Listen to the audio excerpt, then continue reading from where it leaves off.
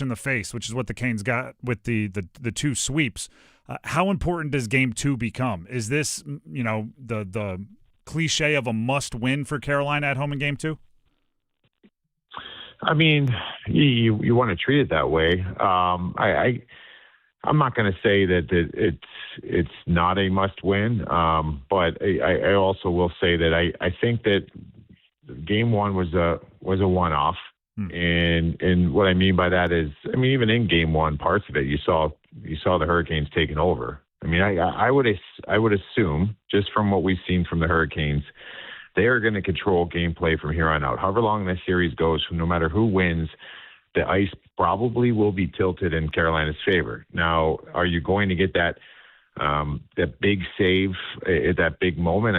Freddie Anderson has done that in the first two rounds. Again, another thing that didn't really happen necessarily in that game last night, but he saw some stuff that he's not used to seeing in playoff games. So, I think that I think the bigger thing is that,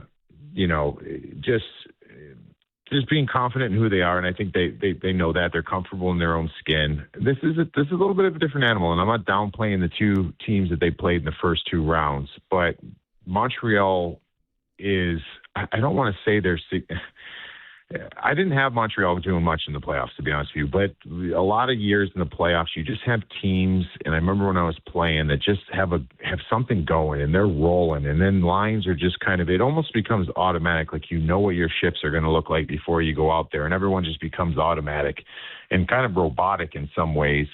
And that's what they kind of are doing right now. It seems like the perfect storm for the Montreal Canadiens, and this Carolina team's going to have to find another level. I think that they're a faster team, a skilled team, Montreal, than what the Canes have seen through two rounds. So they'll adjust. They'll make those adjustments. They'll get back to looking like themselves. But I'm not overly concerned. I don't think this is like, man, if they lose Game 2, they're done. I think they're a dominant team that can run off 4 games in a row, quite frankly.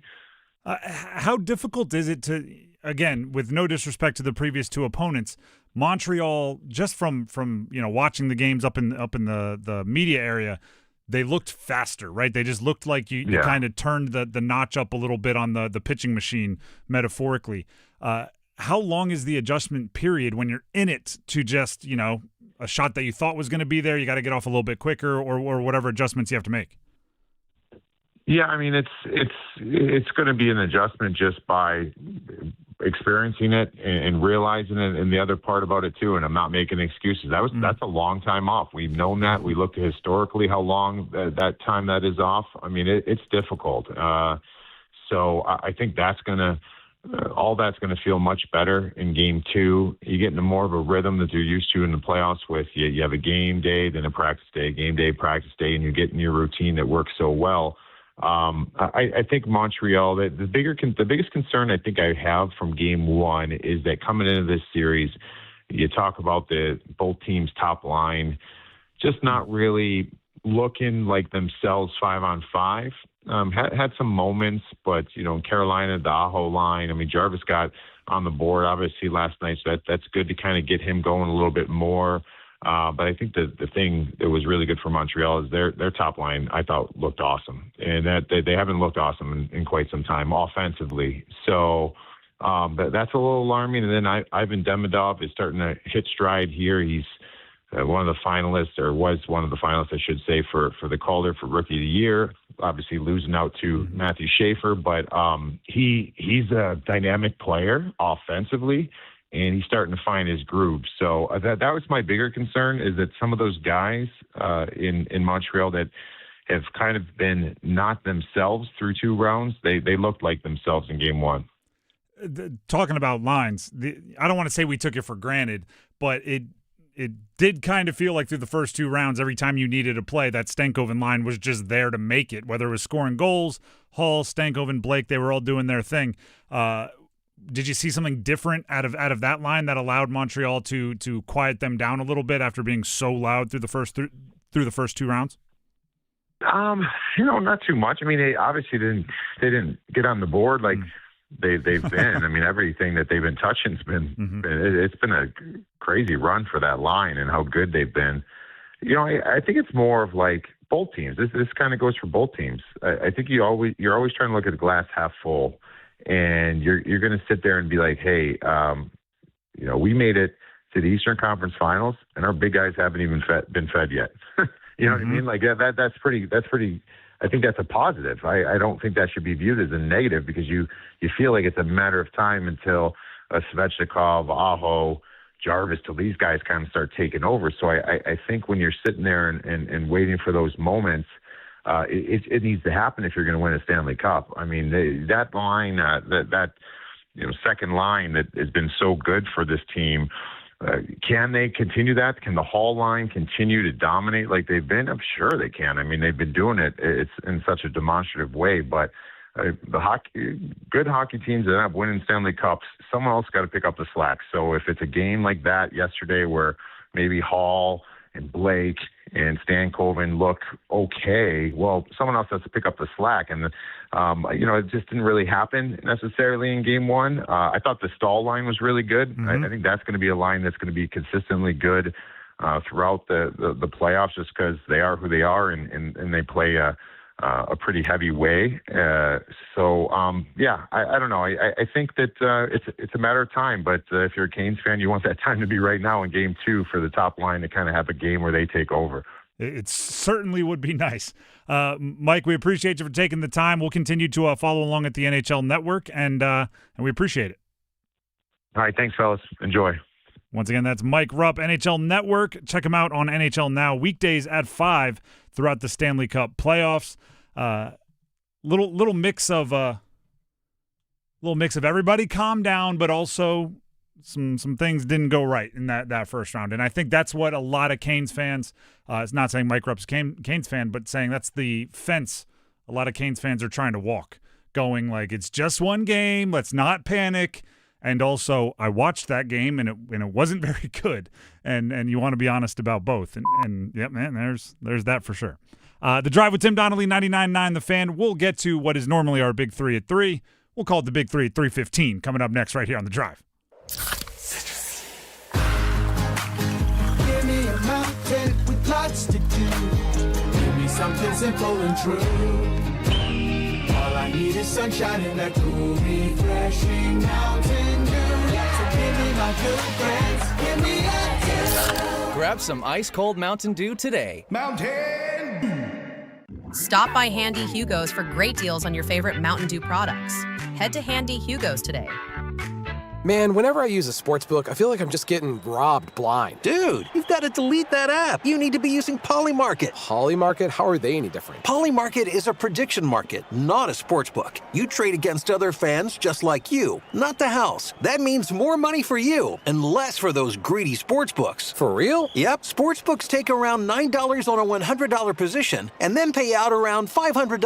Polymarket pays out $650 on that same position. What's the catch? No catch. Even better, it's available in all 50 states. Polymarket is so confident that you'll never go back, they're giving you $50 free on your first trade. I'm deleting my sportsbook app. How do I get started? Download Polymarket now and use promo code HEAT for $50 free for your first trade. Stop letting sportsbooks steal from you. Download Polymarket and use promo code HEAT for $50 free on your first trade. Use promo code HEAT. Trading not available in all jurisdictions. Check local regulations before trading. Restrictions and eligibility requirements apply.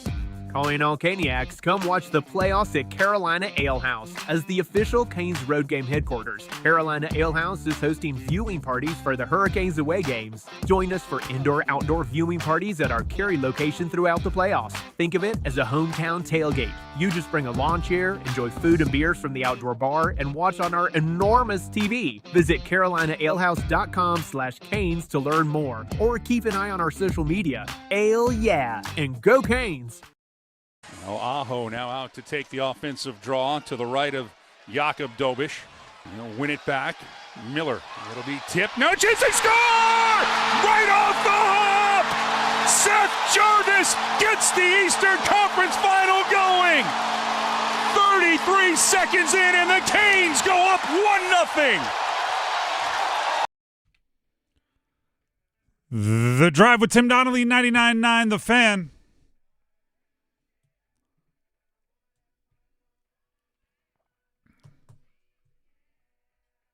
It was just one game last night. I think that is important to remember and to say out loud every once in a while. Those goals don't carry over to game 2. It is just one game in a 7-game series. And well, let's just jump into it. It is time for the Big 3 at 3:15, brought to you by Maynard Service Company here on The Drive.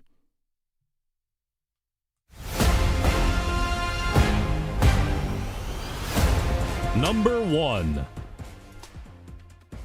Canes lost.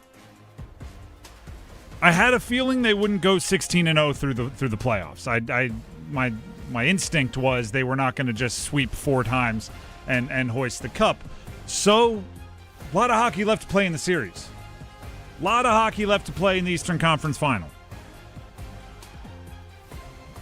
But there's a lot to fix as well. There's a lot of things that can't happen again. And maybe the most optimistic part of it is absolutely no one for the Carolina Hurricanes is mincing words or hiding from it or running from it or insulting our intelligence by pretending it wasn't as bad as it was. With 7 minutes left in the first period, they had a camera on Rod Brindamore, and you could read the lips. Just, what are we doing? And that energy has continued. Rod Brindamore, matter of fact, we have some audio for you here. Why don't we let him go ahead and sum up the Game 1 loss? Yeah, obviously it was not our best. They made some nice plays. You give them credit. They finished. They made, but I didn't think we were very sharp. To put it bluntly, our top guys had tough nights, and that's not going to work at this time of the year. So chalk it up. I think I think we just tossed this game. To be honest, I hate that this time of year. That's what we got to do, but there wasn't much to really grab onto there, and I think you get behind early like that. It's tough, but we clearly were not ready for that pace, and that's I'm not going to give the layoff as an excuse, but we weren't ready to play playoff hockey, and that caught us. And there were a bunch of different similar things said by coaches and players. Not ready to play. What was it? Taylor Hall said there was one team that looked like they were an Eastern Conference Finals team. There was Jacob Slavin taking a lot of the personal responsibility. Dennis, can you bring up the Jacob Slavin? I know it wasn't a long quote because Slavin was not in a chatty mood. He spoke for 53 seconds in the locker room yesterday. And here's the most, I would say, insightful 11 seconds of that here for you in audio form. No, I don't think it's because of break. Like you said, we came out and we were fine. But, personally, I think I handed them the game, and so I got to be better. Personally, I think I handed them the game, so I got to be better. If anyone that's ever played sports, did you feel that like in your stomach as he said it? You're just like, oh man, that hurts. And for him, right? Like he cares so much about it. He's a guy that works so darn hard, and he didn't have a good game. And Rod said he doesn't expect it again. I don't expect it again. He was a -4 when on the ice. Which he had actually never been a -4 in his career. He had been a -5 one time, but that was in a game with AHLers and, the end of the year kind of throwaway game, and he ended up -5. But other than that, he had never been a -4 in his career.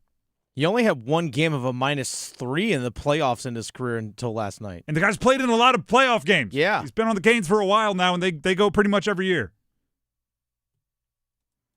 So you again, it's straddling the fence. You go from, I don't expect Jacob Slavin to have that be any kind of a new thing. Like he's just not going to start being that player. But on the other hand, you better correct the things that led to him being that player last night. Whether it's communication, whether it's rotations, whether it's everyone playing their assignment, whether it's, I don't want to say hero ball, but there was definitely some over-eagerness from defensive players. Rod even said it today that guys were trying to do 3 jobs as opposed to just doing their own. And when you're trying to do 3 other jobs that aren't yours, your job is the one that gets exploited. And we saw that a few times. A lot to correct. The best news is you get more cracks at it, right? This is not a single elimination tournament. You'll be playing tomorrow at 7. We'll talk about that in a second. That's number 1 in the Big 3 at 3. Let's get to number 2. Number 2. We'll take a hiatus from the hockey talk for a very serious bit of news that was breaking news as of yesterday. NASCAR icon Kyle Busch passed away at the age of 41 yesterday, as it was announced by the NASCAR series. Unbelievably sad tragic situation. He was racing 6 days before, and there's, I don't know, details about the sickness and how quickly it moved and what he was dealing with, and I don't want to get too far in the details out of just respect for the Busch family. But that is, I mean, Kyle Busch was one of the few. And I will say this, first of all, there are many of you out there that are bigger NASCAR fans and know more about Kyle Busch and have more personal feelings towards him. I'm not a real motorsports fan, but Kyle Busch was one of the few that crossed over. Like, I knew about Kyle Busch as a not NASCAR fan based on the fieriness, based on some of the feuds and beefs he had early in his career, the success he had, and then I even knew, like, the next step, right? I knew that he became the family man. It was super obvious that he was just somebody that loved racing, and you know that by the fact that he raced on darn near every circuit, and the truck series and this series and that series, and he was winning at an incredible rate.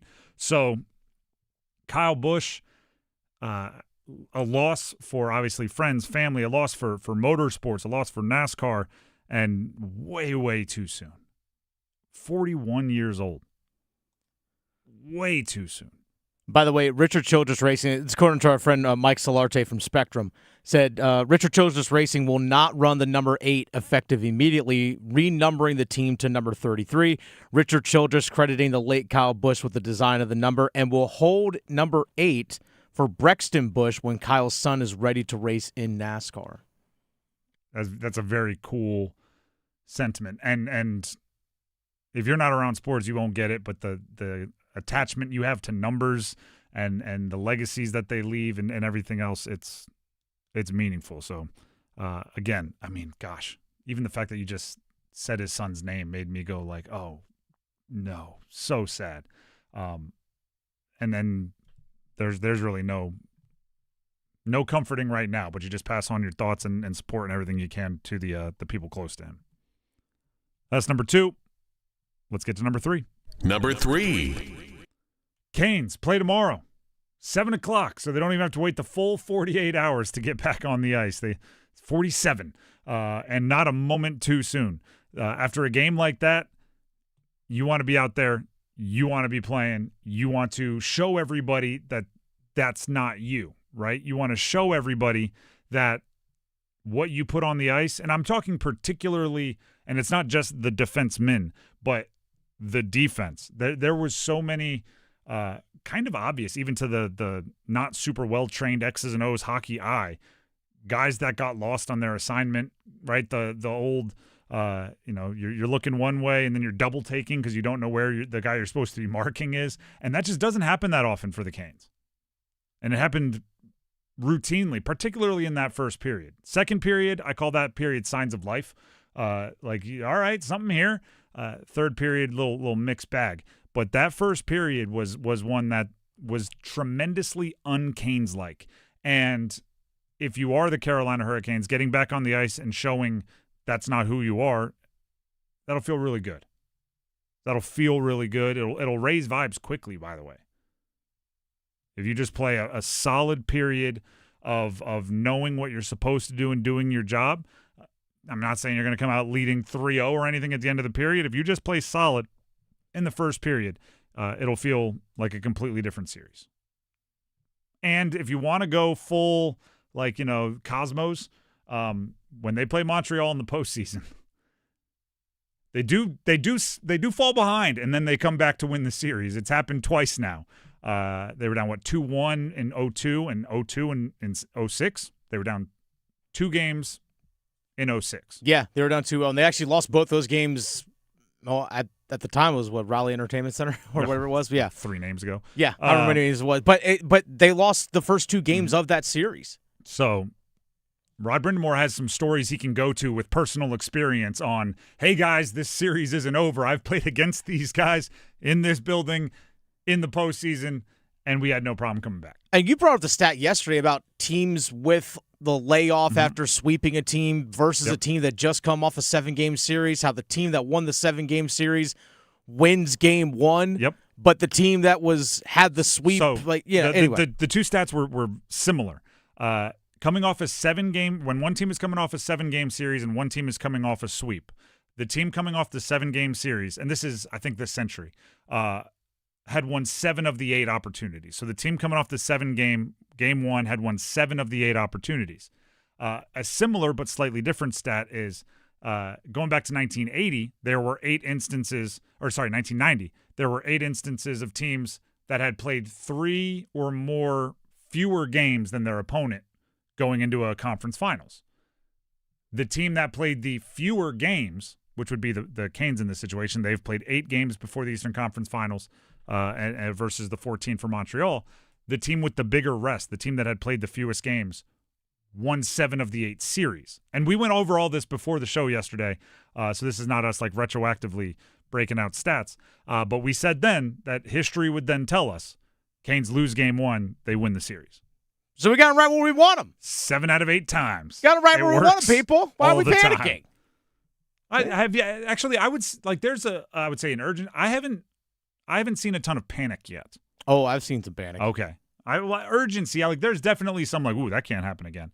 But I would say for a team that lost 6-2 in the first game of an Eastern Conference Finals, the panic isn't what it could be. I've seen more Chicken Little in other places. You got to have urgency. Don't get me wrong. It's a serious situation. I haven't seen too much panic. The Drive with Tim Donnelly, 99.9 The Fan. Speaking of that game last night, we'll get more details on it from Adam Gold with 2 minutes of gold, and we'll fire up the Dean's List. Good news for Duke basketball breaking just a couple hours ago. Stick around. Ever catch yourself hiding your smile in photos? If you're dealing with stained, uneven, crowded, or missing teeth, you're not alone, and you don't have to live with it. At Chapel Hill Family and Cosmetic Dentistry, Dr. James Ferguson and his team help patients transform their smiles every day using treatments like veneers, dental implants, and so much more. Whether you want a small refresh or a complete smile makeover, your plan is designed just for you. Come see what's possible. Visit chapelhilldds.com to request a consultation today. Life's great stories are built on yes and. Yes to the big game and the private suite. Yes to the beach and sailing offshore. Yes to traveling the country and exploring new ones. With the new Millionaire for Life from the North Carolina Education Lottery, you can say yes to $1 million now and every year for a lifetime. Millionaire for Life. Winning is just the beginning. Drawing 7 days a week. Must be 18 to play. Approximate overall odds of winning are 1 in 8.47. Problem gambling helpline 877-718-5543. The NBA playoffs are underway, and now you can trade every game on Kalshi. You can also trade on who wins each series, the conference finals, and the championship. San Antonio is currently trading at 19% to win it all, meaning a $100 trade pays out over $500 if they take the title. On Kalshi, you're trading against other people in a live market. No house, no odds makers. And as odds move, you can buy in or out anytime throughout the postseason. For a limited time, download the Kalshi app and use code SHOT to get $10 when you trade $10. KALSHI. Kalshi. Trade on anything. I need a little ranch, step to the ranch, come on, meet me at the ranch. Introducing the new Chick-fil-A Jalapeno Ranch Club sandwich. With that juicy Chick-fil-A chicken on a buttermilk ranch bun, jalapeno ranch sauce, and pickled jalapenos, it's a little ranch with a lot of kick.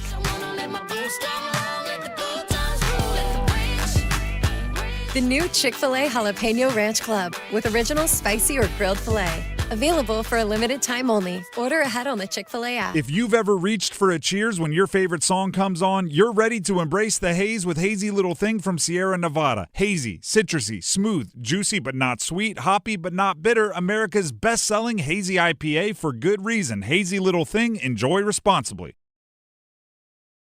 Walker tried to reach for it, now back the other way. Here comes Caulfield, shot right through it, hit the post. What a pass from Lane Hudson to find Cole Caulfield.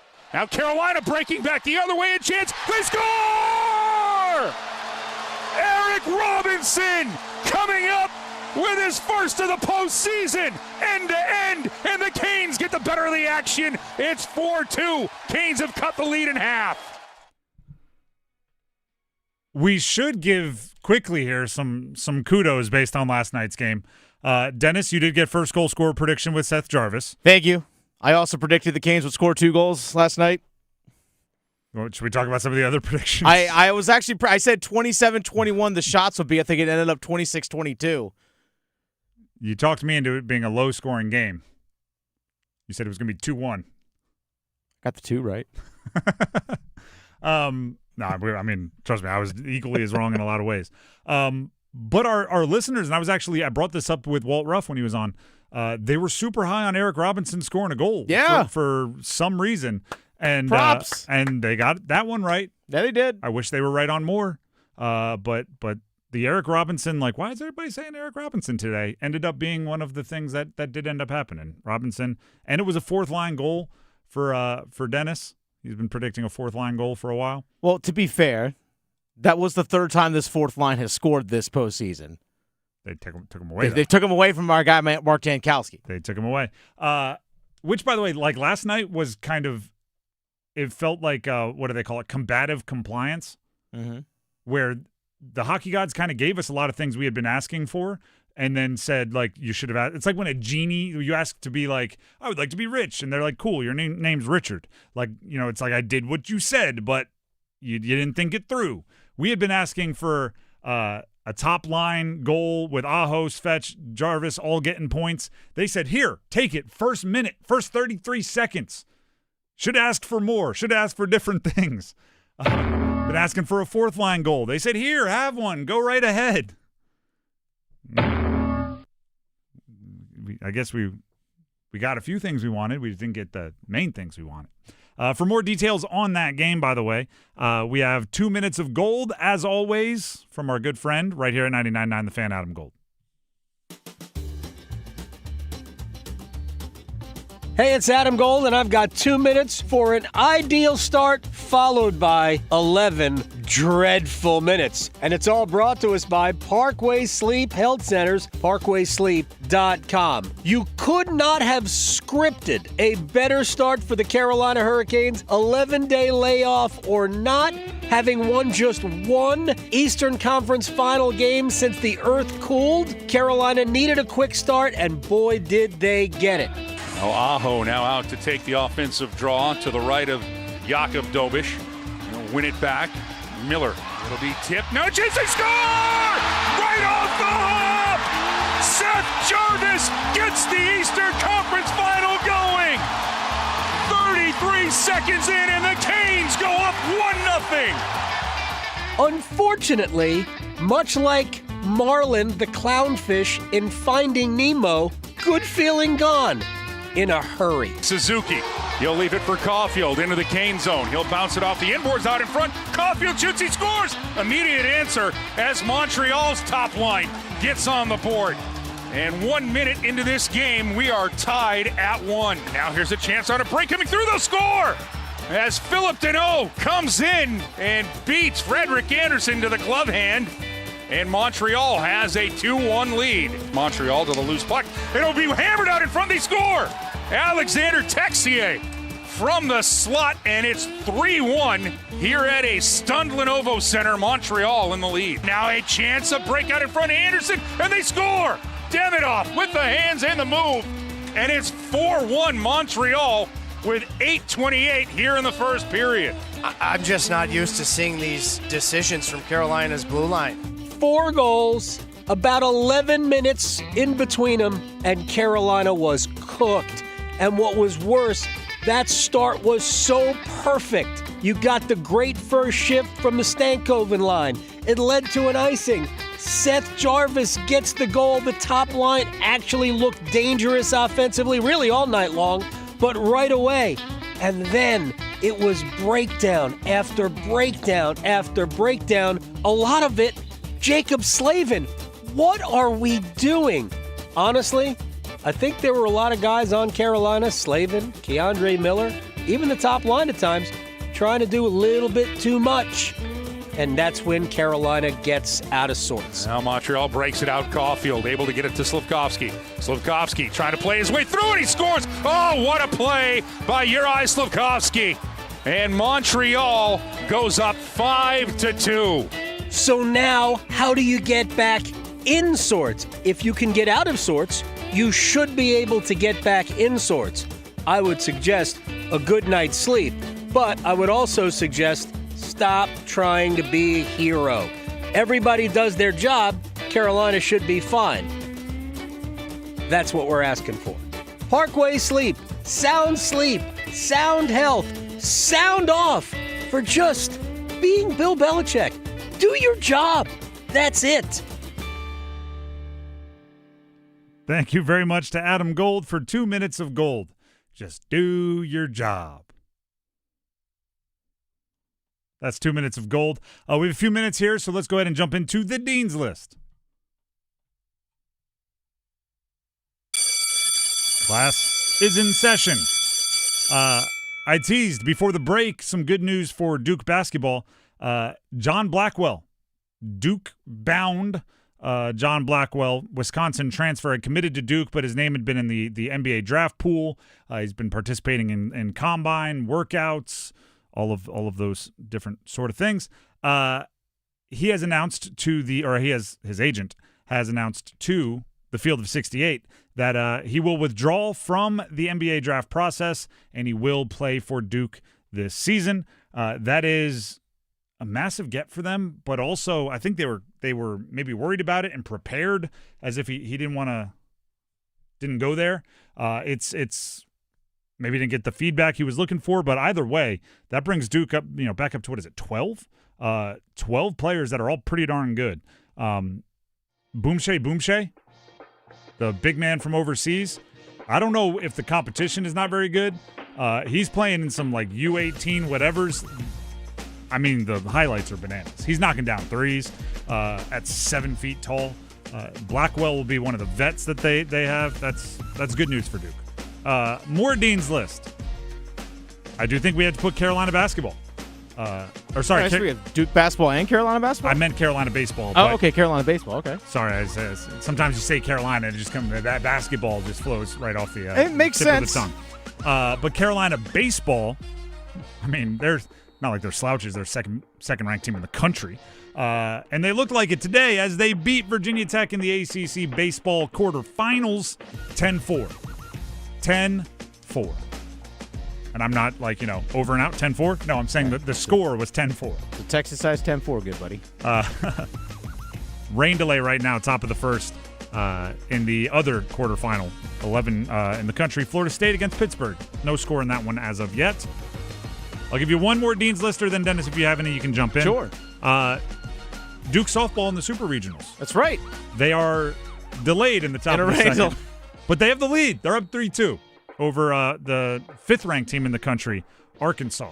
So, 3-2. That's where it stands right now. Top of the second. Still a lot of softball left to be played. Dennis, do you have any Dean's Listers you'd like to throw out here? I do, actually. So, Lewisburg softball doesn't have to play today because they've won 3 games so far in the National Junior College Athletic Association, the JUCO Division II Women's Softball College World Series. So they don't have that going on right now because they've won so much. Now they got to wait for all these other teams to keep playing to catch them to where they are. I also want to throw out there, UNC Women's Lacrosse is playing right now against Maryland in the national semifinals up in Northwestern. So that game is actually taking place. It's 3-3 early in the second quarter. Okay. But I will also throw out there Duke men's lacrosse is in the semifinals tomorrow. That's actually at Scott Stadium in Charlottesville where UVA plays. I'm also going to throw here one more, Tim. Let's hear it. The Coastal Plain League actually gets started today, which always features college players. So we have the Holly Springs Salamanders, and we have the first year of the Zebulon Devil Dogs. They actually both have their home openers tonight. So shout out to the Coastal Plain League. By the way, if you just want to enjoy, just get out to a ballpark and just enjoy some fun baseball, go enjoy. I actually want to see what these Australian players for the Devil Dogs. I want to see how they play. It's like Americana with Australians playing the sport. I think it's awesome. It's cool. I'm with you on that. And opening day, there's a certain kind of energy. But really, anytime you can make it out to a Coastal Plains League game, bring the kids. It's a really cool. Again, guys are trying to achieve their dreams. You get to watch. It's kind of sweet. More Dean's List. This will be my last one here. Oh, no, actually, I have two more. Quickly, Chris Hart, longtime assistant to Elliot Avent over there at NC State Baseball, was announced as the next head coach of NC State Baseball. Hey, well, congrats. With Avent retiring at the conclusion of this season. He has spent the last 11 years as associate head coach, and now he will be the head coach. So it's a long time in like the vice head coach role to finally get to be the head coach. And then just because he had a massive day today, and we followed him a bit last week in the PGA, Max Gracerman, the golfer who played his college golf at Duke, went absolutely nuclear today. Thursday round, even par. Today, 9 under. Dang, okay. Which is the second best score on the course today.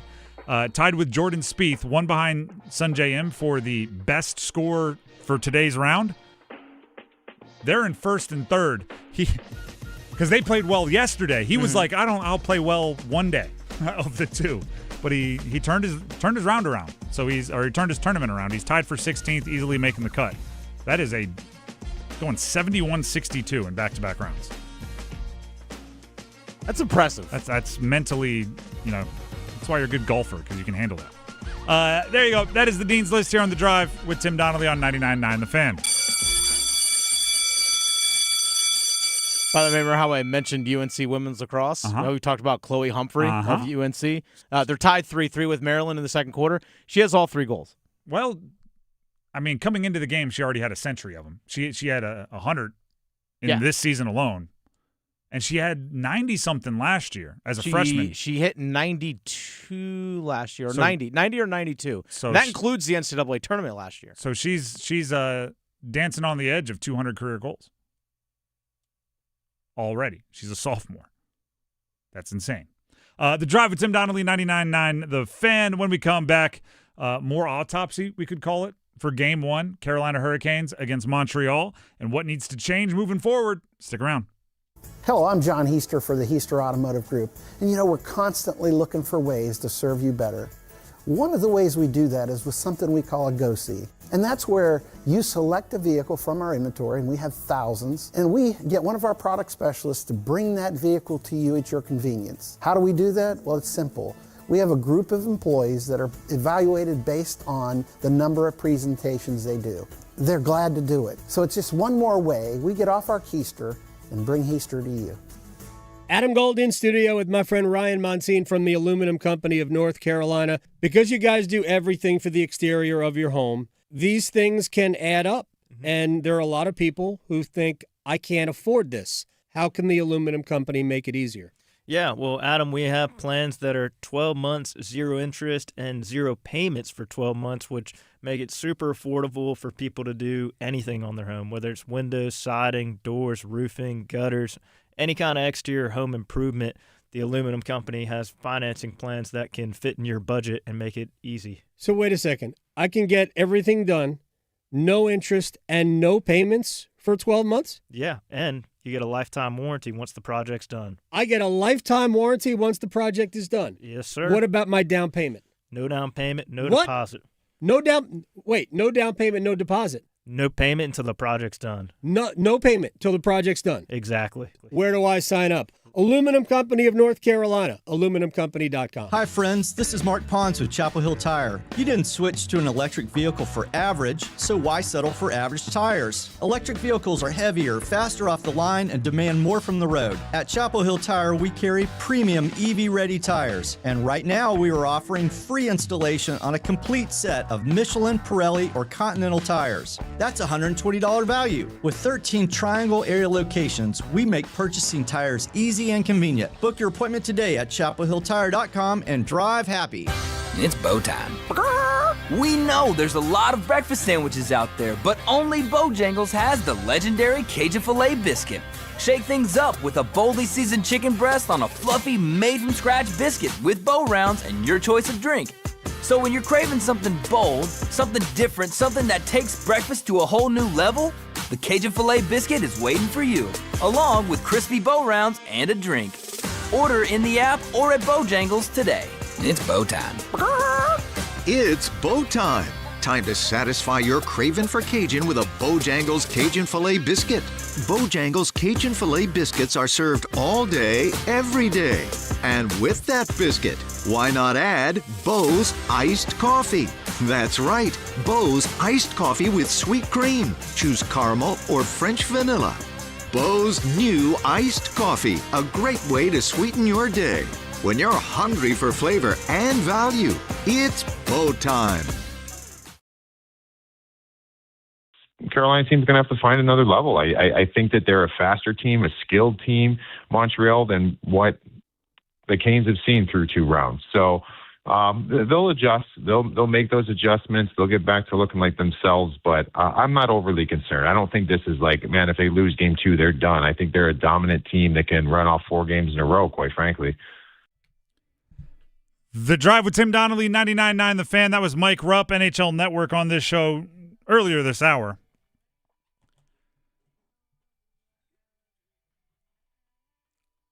I agree with what Mike said and what many are saying, right? It is one game. What happens in game 1 doesn't necessarily have to affect game 2. But the most important thing that the Carolina Hurricanes can do, hopefully did, either last night and definitely today, is you have to figure out which issues from yesterday need to be fixed and which will fix themselves. That's what all of it is about, right? Because there are point-blank simple things that I don't even know if Rod has to address. Because everyone in the room knows what happened there, who made the mistake, and they should, at least, based on everything we hear about the culture, trust that person to care so much that they will fix it. They will never let that happen again. And then some things, give credit to Montreal. They're a good team too, right? They've worked hard to get here as well. They have talent as well. Certain things, Montreal puts you in a position that you weren't expected to be in, or they pressed or stressed a part of your game that you weren't expecting to have to work on, and that needs to be fixed, right? Okay, if they do this, here's our counter. Right? It's the difference. I'll read some stats here because the whole does the regular season matter conversation was brought back up. Listen, it's the difference between a regular season and a series and the postseason. It's not game 1, right? It's game 2 and game 3 and game 4 and beyond, because in the regular season, the most you have is a home and away back-to-back. You're not having this chess game within the game where you're making adjustments back and forth, back and forth, back and forth. In the postseason, you are. So, it would be disingenuous to not address that Montreal's been making it happen recently against the Canes. The Hurricanes are 19-5 in their last 24 games. 3 of those losses are to Montreal. 19-5, over 50% of their losses are to Montreal. The Hurricanes are 9-2 in their last 11 home games. Both of those losses are to Montreal. But the difference is those regular season wins and losses that we're talking about and that are included in both of those stats I just gave you, you didn't get a chance to go, all right, here's how they're playing us. Let's go throw this wrench back at them and win the chess game 2 nights later. And then hopefully stay one step ahead of them the next time you play in the very next game. So figure out what they did that you weren't expecting or what they did that you weren't ready for. And part of it could be, and we talked about this with Mike Rupp in that conversation, part of it could be they are what appeared to me, sitting up in the media area, a more physically gifted team than you had seen in definitely Philadelphia, and a differently physically gifted team than you saw in Ottawa. They just looked like they were moving faster and skating better, especially the big dogs whose names you know. If you got to get used to it because, they're not slowing down by tomorrow at 7 o'clock. How many times, like they're back checking? I mean, how many times did it feel like, oh, and then somebody caught a Kane from behind? My basketball instincts were piping up where I'm like, somebody's got to let them know they got a tail, right? Because you got it in basketball, right? The communication was always like, going behind. You just scream like crazy. They were getting caught. And that's not because I don't think the Canes were fast enough. I just don't think they thought they needed to go that fast. Do you know what's a fun stat for the Canes that everybody gives a lot of credit to Montreal? What's that? When's the last time the Canes lost back-to-back games?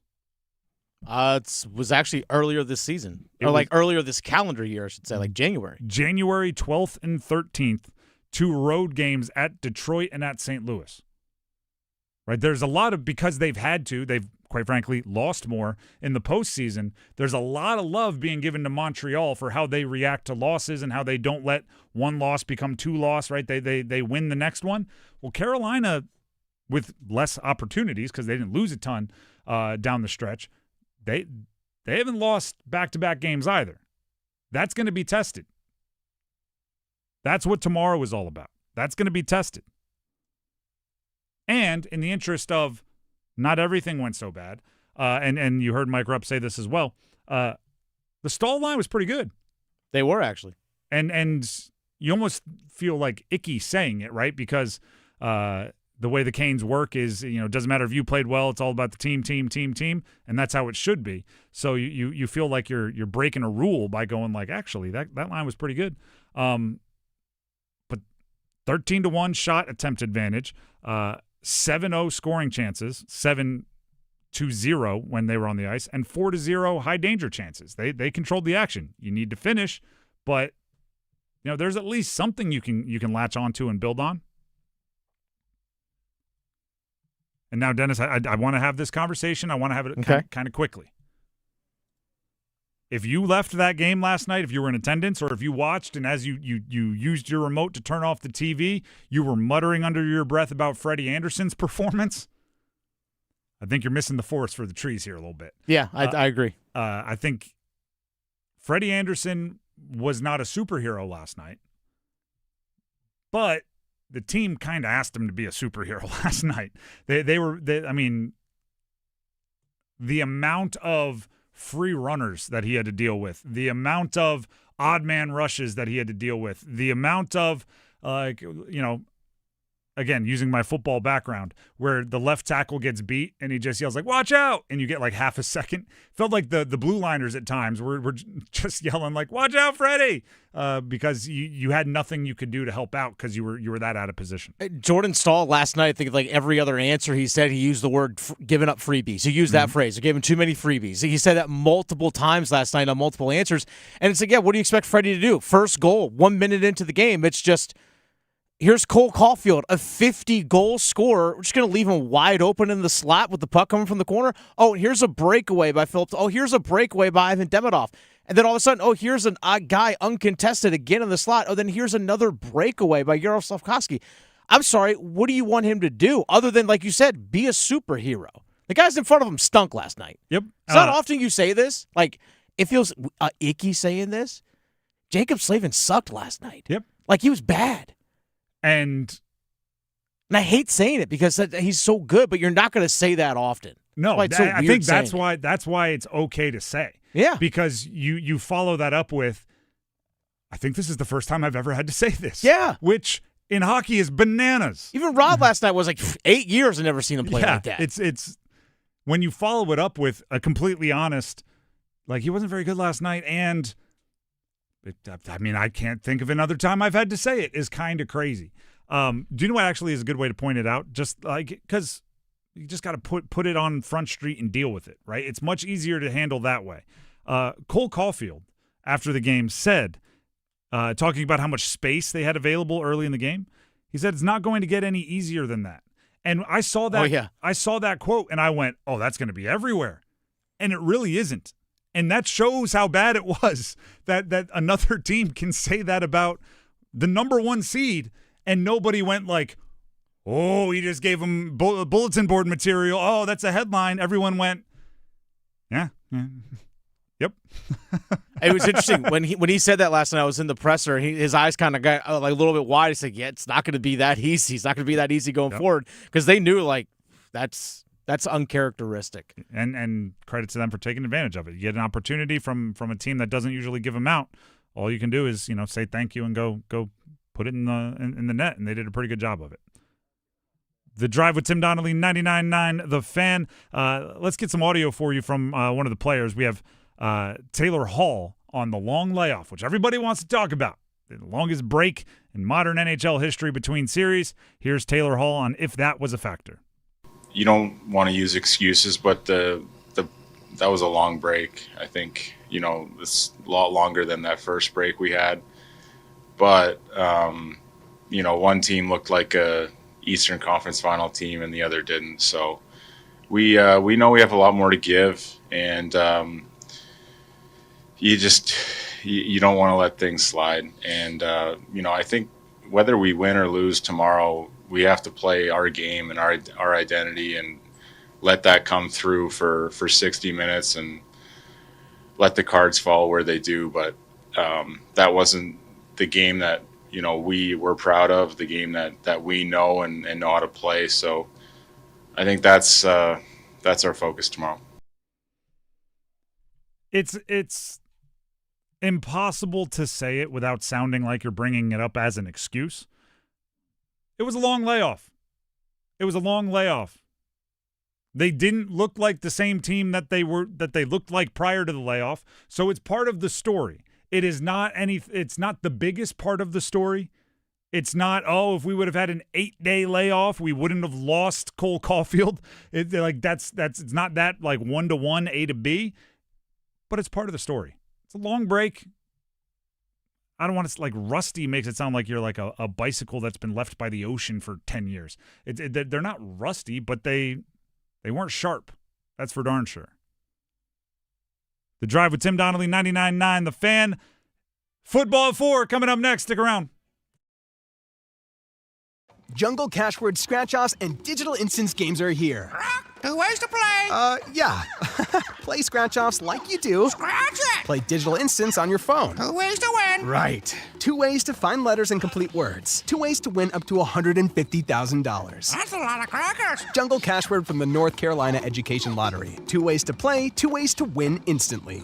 Must be 18 to play. Approximate overall odds to win range from 1 in 3.79 to 3.90. Problem gambling helpline 877-718-5543. SoundStation and Security, your automotive and audio experts. Car audio, car video, home theater, wheels and tires, and so much more. Plus, did you know SoundStation and Security offers full service for your vehicle? Alignments, inspection, oil changes, window tinting, and custom exhaust. And with a variety of financing options, SoundStation and Security can help you get what you need today. 2 locations, downtown Smithfield and on Glenwood Avenue in Raleigh. SoundStation and Security. Visit myhotsound.com. Is your financial advisor managing your risk or just a spreadsheet? Hi, I'm Jeff Jr., founder of Trajan Wealth. Many financial advisors rely on target date funds, which are one-size-fits-all portfolios that don't know your name, your family, or your goals. And that passive management can leave you dangerously exposed. At Trajan, we look at the whole picture, not just the stocks everyone else buys, but the private market opportunities most advisors ignore. And as fiduciaries, we build a strategy around you, coordinating your investments, tax strategy, and estate into one cohesive plan. Your financial life deserves more than just a generic portfolio. Real planning isn't a stack of statements. It's the confidence of knowing where your income will come from for the next 30 years. Good enough isn't good enough for your family. It's time for a change. Schedule your complimentary consultation today. Call 855-TRAJAN-1. That's 855-TRAJAN-1. Advisory services through Trajan Wealth, LLC, an SEC registered investment advisor. Private equity investments require accreditation. Other services through Trajan Estate and Trajan Tax. Additional disclosures at TrajanWealth.com. This hour of the Triangle Sports Leader is powered by Ritchie Law Firm, injury lawyers. Ritchie Law is on top of it. Go to RitchieLaw.com. That's RitchieLaw.com. They score! Broadcasting live from the Eagle Leasing Storage Studio. WCMC HD1 Holly Springs. 99.9 The Fan. The Triangle Sports Leader. Weather. WRAL meteorologist Elizabeth Gardner. Good to see some of that much-needed rain out there. We'll see more showers and thunderstorms developing just south the north as we get through the afternoon, and that will linger into tonight. Overnight low 63. Tomorrow's high 80 degrees. Another similar pattern. It'll be dry for at least the first half of the day, and then a better chance for rain and storms in the afternoon and evening, as well as overnight. And we'll repeat that again for Sunday and Monday. 4 o'clock check of your money. Dow Jones at the closing bell up 294 points today to 50,579.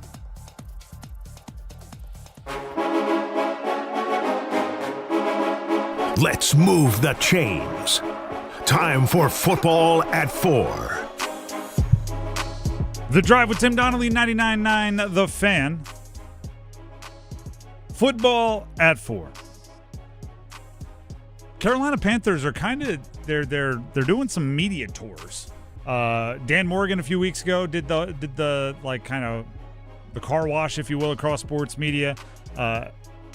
There's like an off-season pilgrimage for defensive linemen. They like have to go on Chris Long's podcast. Maybe there's some defensive line top draft pick secret handshake that he has, and they just, as soon as he does it, they have to go on his podcast. But Derek Brown went on the Greenlight podcast, which is the Chris Long podcast, and he had some interesting things to say. We're going to play some audio for you and break it down a little bit. Derek Brown talked about winning the NFC South, which is what they did last year, but then going on to watch other teams play. Here's DB. You don't want to be in a situation where you got to watch two other teams play for you to get into the dance. But I'll tell you what, man, to be able to, win the South and be able to, lay something down in which we've been trying to figure out for years. I mean, it was hands down. It was a great, man. It was kind of like you laid that foundation, like you've been waiting to crack through, and finally you laid the foundation because, I think it's easy when you're on the outside looking in talking about the playoffs, but I mean, man, it's damn hard to get there as a player. And, I think that's just one of those things that we appreciated from the last season, getting there, finally feeling what that was like. And then, the moves we made in the offseason to, better this team going forward. This is how I look at last season along the lines of what he's saying, right? They got into the playoffs, but they did have to kind of sit back and watch the Saints and Falcons play to see if they were going to get in. And there's a little bit, you feel like you backed into the playoffs there. I look at last season for the Panthers this way. 8-9 without getting into the playoffs last season was a positive, right? If they went 8-9 after being a 5-win team the year before and 2-win team the year before that, 8-9 not getting in the postseason is fine. That was good. That's a step in the right direction, right? Get better every day, all the Dave Canales stuff. Getting in the postseason, which you needed a little help, that's just like a boost. That's a bonus. That's extra. You get to develop as a team with playoff experience now because of the context, of the situation that kind of fell your way. The dominoes tilted in your direction, and that makes you a better team moving forward. It's not like, oh, we didn't deserve the playoffs. It's the playoffs were there, and so, yeah, we're going to take it. But excluding the playoffs, it was a good year. And then, beyond that, how you played in the postseason and the advantages gained, the lessons learned, should hopefully, that's almost like the start of next year, is kind of the way I look at it. It's the start of, building towards your next big challenge. And you're better suited for it, as you should be, better suited for it. More from Derek Brown. This has become like maybe it's a retrospect thing. A lot of people are talking about the atmosphere in Bank of America last year, particularly in the postseason recently. It was insane. And here's Derek Brown with his version of the events. It was the loudest I've ever heard that place. And I'll tell you what, I think that's the environment we're looking to build for week in and week out, because I remember coming out for warm-ups and I was like, damn, this whole place is full. Like, it is insane. And it's the atmosphere we've been building, like, over the last year, like, trying to get the wins and, which would have people come to the games, right? Like, you don't want to go to your stadium and see that thing packed out with the other team's colors. And, since I've been here, it's been far too often we've seen that. And, to be able to go to that playoff game where it was blackout. I mean, the whole stadium was insane, man, to say the least. It was the best football atmosphere I've been in. Here's the lesson I hope that was learned from the awesome atmosphere and the vibes around the team. And I hope this is a lesson that all like front offices and not front offices, like executive offices and ownership learns. If your team wins, it's good for business. If your team is good, it's good for business. And what Seattle is up for sale now. I think the Seahawks are up for sale. There's NFL teams seem to be changing hands a bunch more because the money's gotten enormous. And what that means is we have less like family-owned teams that care about winning because they want to like honor Pop's legacy. And we have more cold-hearted, cutthroat business people with groups of billionaires getting together to buy teams.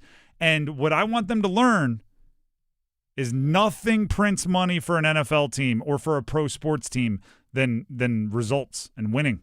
And that postseason game that everybody keeps talking about, players, coaches that are looking back now months into their rear view and going like, that place was jumping. And he brought up the blackout, right? They had the black, like everyone wanted to wear the uniformed colors and everything. That sells merch. Those tickets are more expensive. It sells parking. It sells everything. It makes next year's season tickets sell faster. If you want to be a good business person, the easiest way to do that is to win. The easiest way to do that is to win. And once business people figure that out, then they'll make that their priority. Because right now they know they can make really good money without winning, and that's kind of a bummer. But I want them to know that they can make unbelievable money by winning. Last bit of audio here from Derek Brown. Derek Brown talked about the blowout loss to the Pats, which I remember vividly as a spirited Monday sound-off here on the show. Oh, yeah, week 4. They got spanked. Blowout loss to the Pats was a key point for their season. Yeah, in retrospect, again, here's Derek Brown. That was the time where the team had to figure out, okay, what's it going to be like? We had a shutout the week before and then go to New England and get stomped. What were we going to be? What was going to be our identity going forward? And I think, that's when we just like, hey man, we lose. There's no sulking. Like, man, get your ass in here and let's go to work. Like, we're going to come in and be the same people we are on Monday, whether we win or lose. And I think that attitude going forward and like just kind of instilling that within the team, like that was the biggest thing. And like, Dave, I mean, obviously, his voice is obviously the most impactful being the head coach. Like, dude never freaking, ever, sweats it. Yeah. It's like, that wasn't our brand of ball. We'll get back in here Monday. We're going to figure it out. Can Dave Canales get on, a Zoom with the Canes or something? That wasn't our brand of ball. Puck. Let's figure it out. I mean, it's the same attitude, right? It's the same deal. Bigger stakes, obviously, in the postseason than the first 5 weeks of the NFL season. But same deal. That wasn't us. We're not going to harp on it. Not going to worry about it too much. That wasn't us. Move on. It's one thing, and this goes for the Panthers, the Canes, whoever. And actually, I think last year may have been when the Canes were in the postseason, we're talking about what the Panthers could learn. We said that the Canes have an obvious identity and the Panthers needed to figure out what theirs is. I think the Panthers have more of an identity now, so they're moving in the right direction. But it's one thing to lose and you get beat at what you think you do best. It's another to lose because you didn't do what you think you did best. There's very, it's different, right? If Jacob Slavin gets screened off his man or he gets lost and the guy scores a goal, that's different than Jacob Slavin being where he should, knowing his guy, not getting screened off, and getting just flat beaten for a goal. And the same is true for the Panthers, right? It's one thing if, they can't run the ball, but they have everybody healthy and they're calling plays like they should and everything else. It's another if, they couldn't throw the ball because they were behind by a bunch, and then they couldn't run the ball because they were behind by the bunch, so they had to throw it, and it wasn't their style of game. It just wasn't. And maybe we'll get into this next week, but Derek Brown also defended pretty fervently in that conversation some Bryce Young takes, saying everybody didn't know, what was it?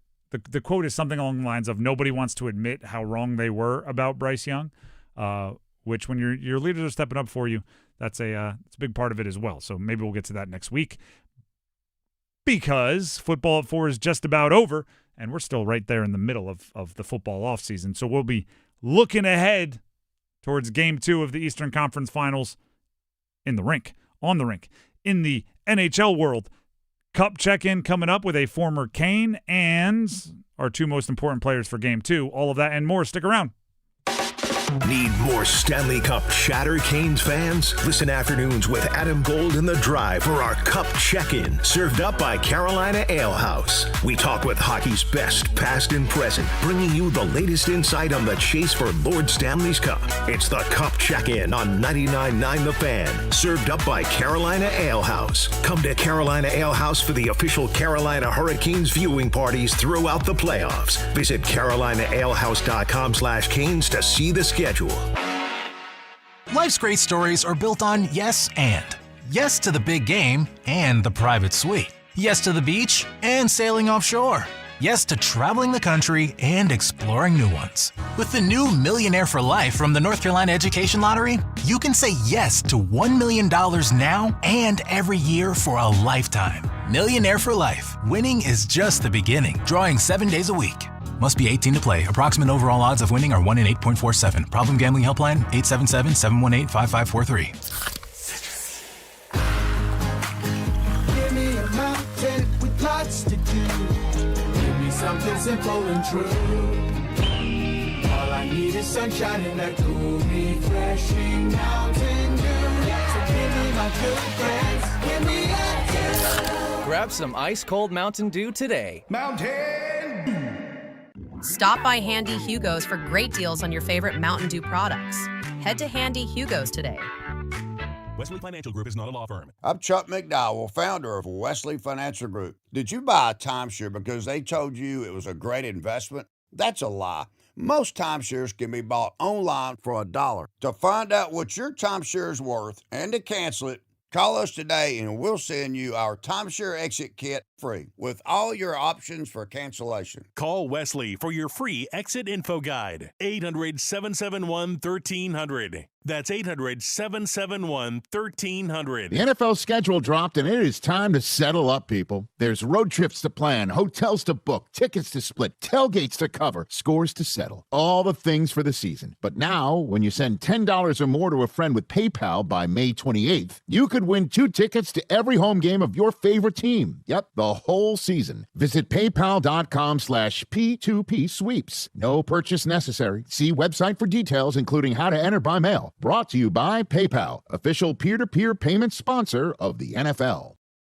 Yeah, we weren't ready. Like, we weren't mentally ready to, like I said, play at that we had been playing, and it just everything was just a little off. And they're a very, very talented team, and they you know, obviously some of them were just blown coverages that I don't know what we were thinking, but yeah, that's a tough game. Because we're out of it, 10 minutes in, or down 3 or whatever. That's a tough hill to climb against a good team. The Drive with Tim Donnelly, 99.9 The Fan.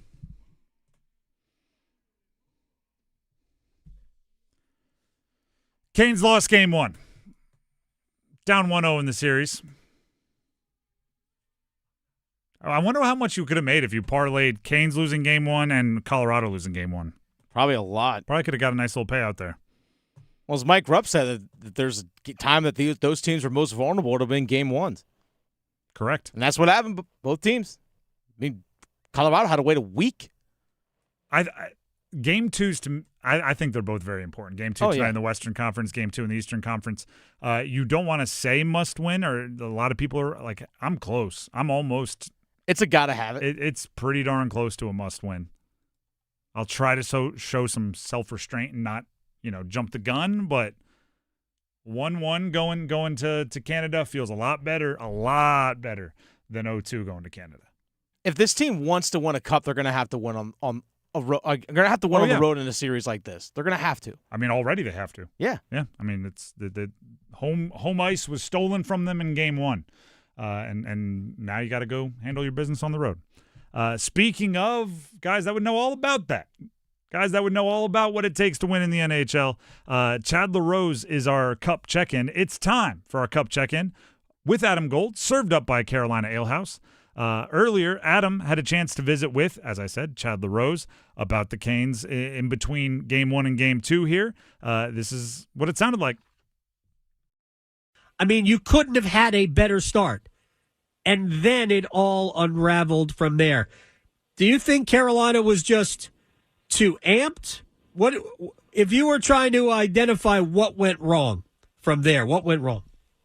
Yeah, I mean, we were talking maybe they scored a little too fast, so they got really amped up. But no, that's never the case. I don't know. You know, I think it was some unique things that we don't normally see Carolina do that happened unraveled there quickly. And for hockey players, the first shift after you score a goal is always a real tough one, like to make sure you're on your P's and Q's. And yeah, I think that a lot of that stuff was odd that went on. And I mean, that's not who they are. Yeah, they were. Yeah, it's some weird stuff, right? We were going after the puck, and, you know, a lot of heads were turned at the first goal, and 4 guys were kind of going at them. And those are things that I think just a little bit of the time off. Sometimes it's hard to simulate those things in practice. No doubt. We'll get to that in a second. So it was Jarvis, Aho, and Svechnikov on the ice. They had the bump-up shift after scoring the goal. And I think you could probably point to almost everybody on the ice on that particular goal to share in the blame a little bit, because Aho and Jarvis got caught too far up and they were out of the play. And then we have 3 guys chasing 2 behind the net. Is that anybody's specific responsibility to stay with Caulfield? Like, I don't really want to blame Chatfield, because I thought, you know, he was with Suzuki, which was his man in the sequence. So I don't really want to blame a guy who was with the guy he was supposed to guard. Slavin lost touch with his guy, which was Slavkovsky. I mean, is that on Jacob, or is that just circumstance? Well, I mean, realistically, when the first guy who goes to Chatfield there, but somebody's got to be in front, right? You're always kind of protecting the house. Right. Because he's not scoring from behind the net. And so somebody's got to kind of stop there, whether it be the centerman or it be Jacob. And, you know, I think that's what I mean by like an odd situation where we normally don't see that. You're always stopping in front, and that then if there's a breakdown, then you're playing a quick 2-on-1, but you're still in front of the net type of thing. So, yeah, it was. I mean, you can divvy up blame or whatever, but I think it was all just kind of miscommunication type of thing, and nobody was really talking. And you always, you know, you see it before with Carolina. There was always a guy stopped in front there. Once again, that is Chad LaRose, and there is your Cup check-in, served up by Carolina Ale House. Want to hang out with Stormy and the Canes crew? Head to Carolina Ale House's Cary location during the playoffs for official viewing parties. Thank you, Adam, as well, for being the other half of that Cup check-in. Looking at the Carolina Hurricanes, building off of all the conversations we've had today, there are certain things about that game last night that, this is going to sound crazy when I say it, they had it pinned in their own offensive zone. They kept it in there, I don't know, felt like a long time. Crowd was getting into it. This was towards the latter part of the second period. They had already scored a goal in the second period to make it 4-2.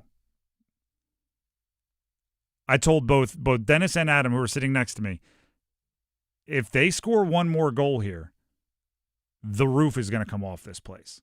And within the next 45 seconds, they had a couple good looks. That stall line. The stall line, exactly. And even coming out of the third period, very early in the third period, Seth Jarvis had a very good look and missed just wide. And there was one where Jackson Blake had a deflection and the puck rolled on it, but it was what, 3 inches? Yeah. And there was another one around that time. It was from deep. I forget who it was, but it bounced off Dobesh's face. And that may have been Jarvis. I that think was it Jarvis was. I think too, it was yeah. right. And I was just sitting there thinking, for as many things have gone absolutely haywire in this game, as many things that have gone absolutely horrendous in this game, if they get a goal to make it 4-3 going into the third period, I would have felt astronomically confident that they were going to at least take it to overtime and anything could happen there. A lot went wrong. And like on its face, the eye test of that first period was rough. They were one rolled puck moving 4 inches away, or one, how wide is a face on a hockey goalie? Like if you get hit in the nose, you only got to go right 5 inches, left 5 inches, and it was a goal. And if any of those things happened, I would have been sitting there going, I knew I should have live bet them when they were down 4-1. Like I would have been mad at myself.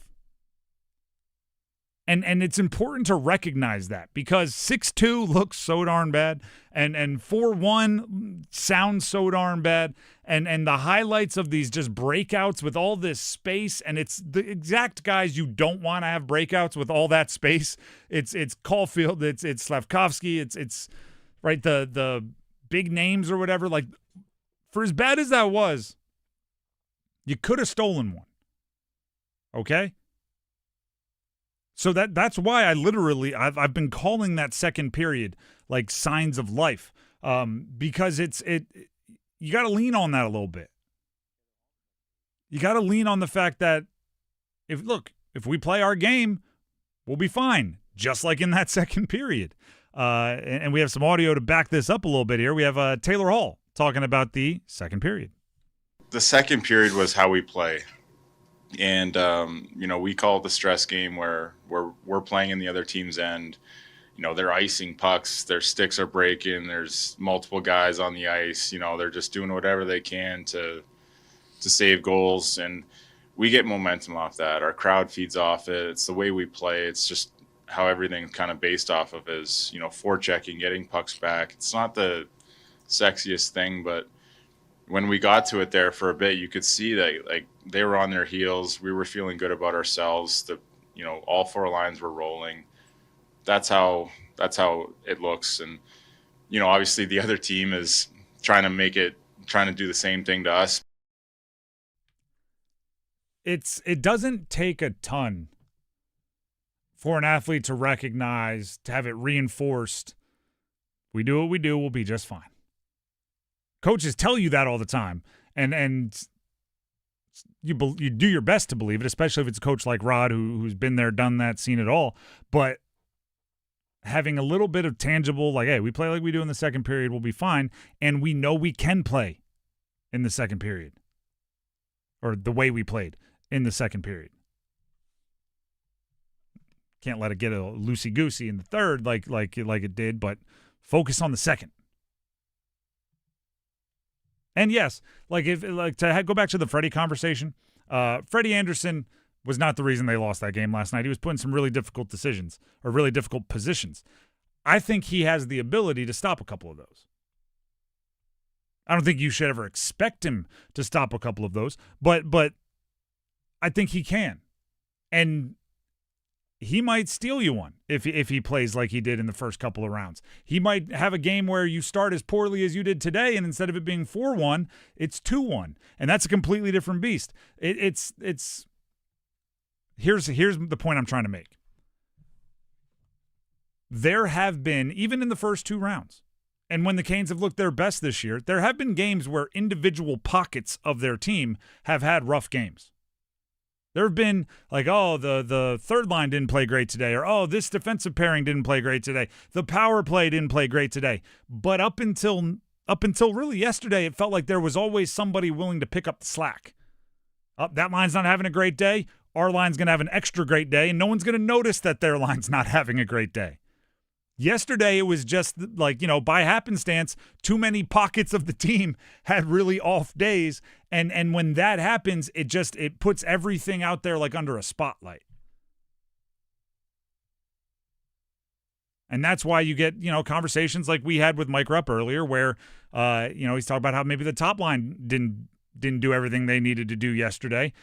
And we're sitting here talking so much about the defensive assignments being lost and, talking about how Freddie wasn't a superhero and talking like all of these things are coming together to add to a bad game.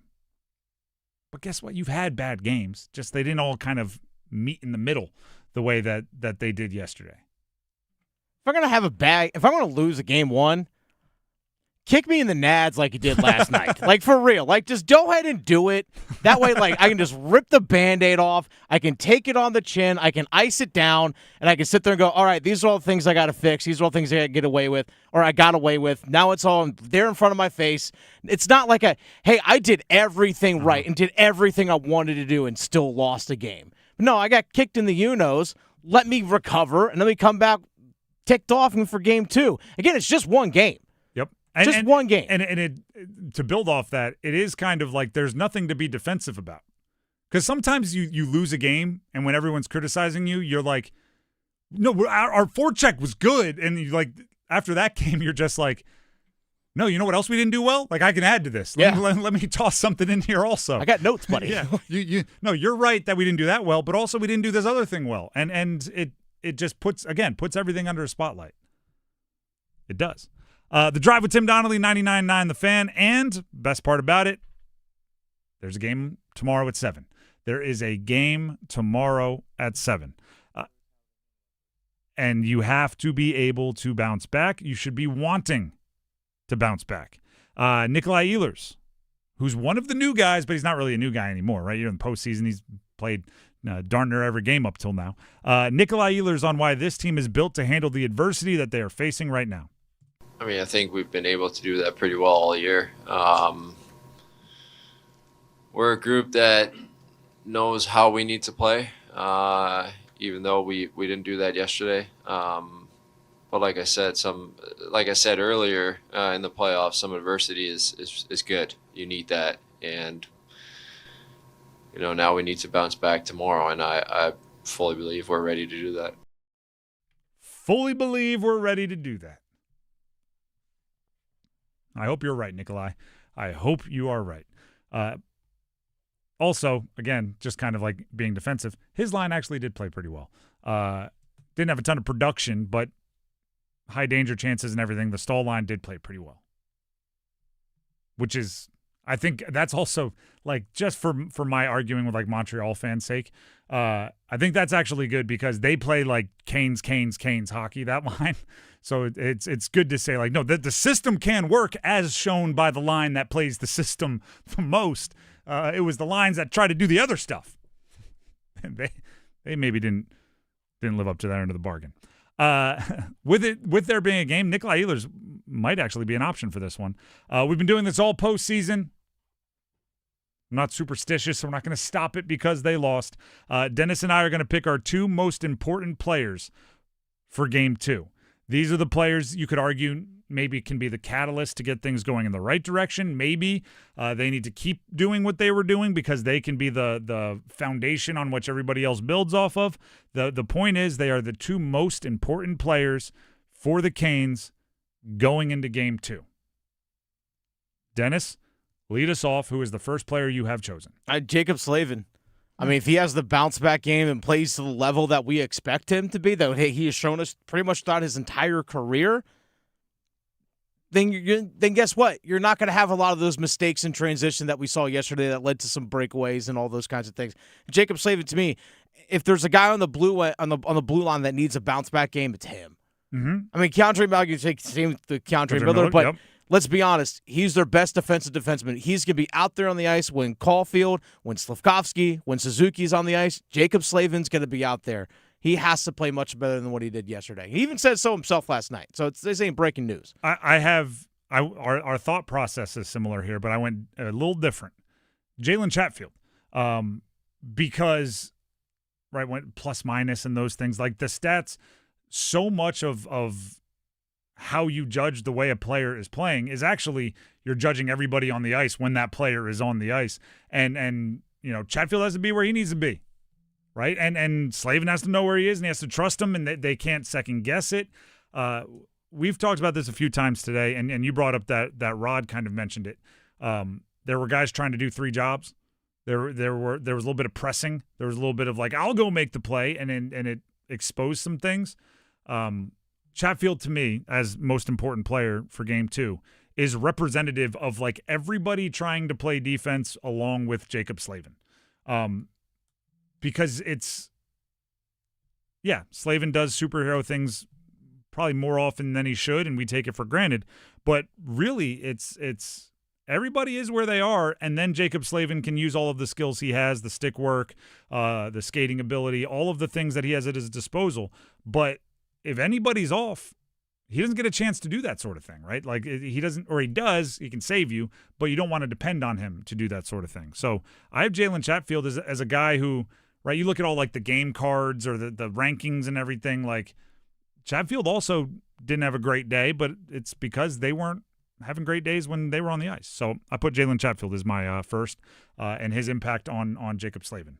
Dennis, who is your second most important player for the Canes? A second one I'm going to throw out there, I'm actually going to throw Andrei Svechnikov out there as well. I thought Andrei Svechnikov, his defensive positioning was bad, and like in a few occasions, like if you actually look at the first goal, he gets caught up ice too much. You already see Sebastian Aho, Seth Jarvis already up ice. He tries to get a little bit over eager, jumps up ice. All of a sudden, it's a 3-on-2. Puck comes around the net. As opposed to, hey, let me look and see if there's anyone in the slot or in this area in front of the net first. He just kind of gets locked in on the puck, and then he's one of the 3 guys that gravitates towards the corner. Puck gets past him, doesn't have his stick down on the ice. Cole Caulfield gets the puck on his stick, boom, back at the net. Like so, it's him like defensive positioning. Even on the Slafkovsky goal in the third period as well.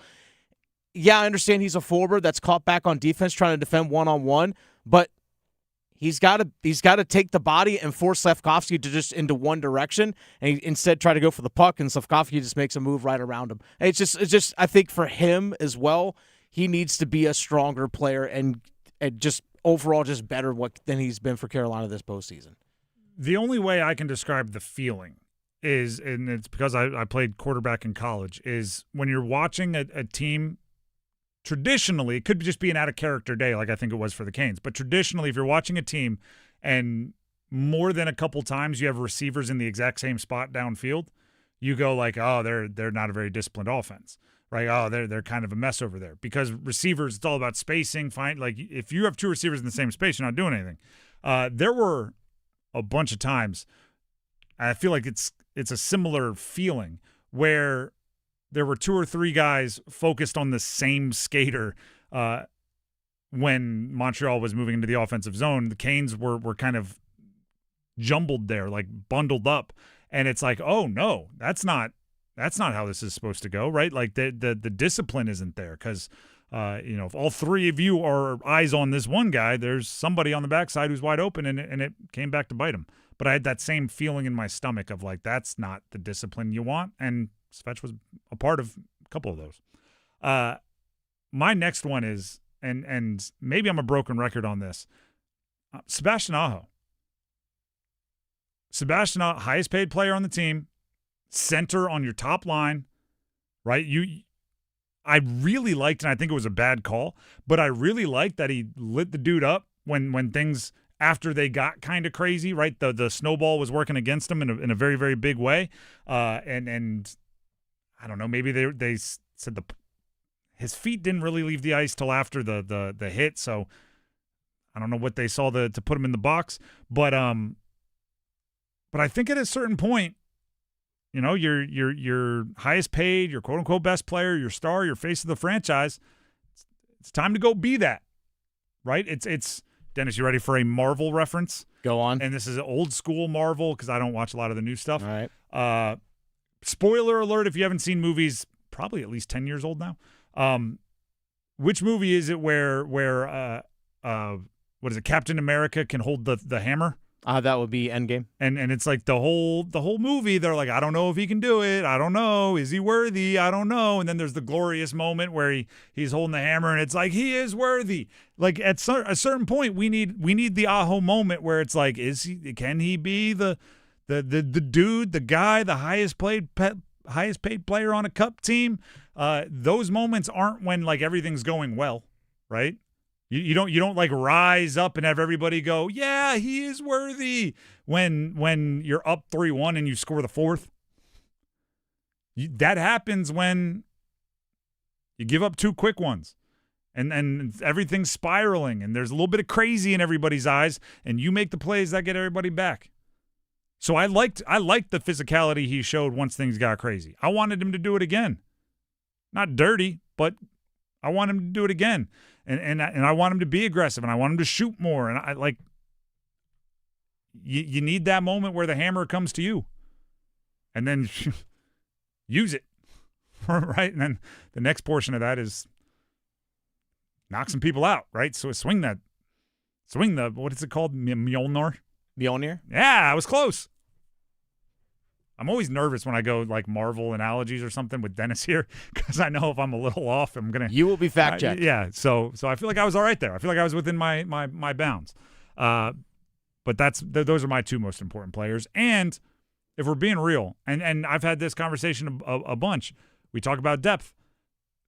This could have been 14 most important players. Like this is a team where you need everybody. And also anybody can be the spark. So we do too because it's fun, right? You gotta limit it down. You gotta think. You gotta get it down to just one guy or 2 guys. But they aren't the top seed. They aren't sweep. They aren't what we hope they can be without a whole bunch of guys on that team in that locker room. They all have to be stars kind of in their role. All right, let's play a couple more pieces of audio for you before we move on and get to real bold predictions.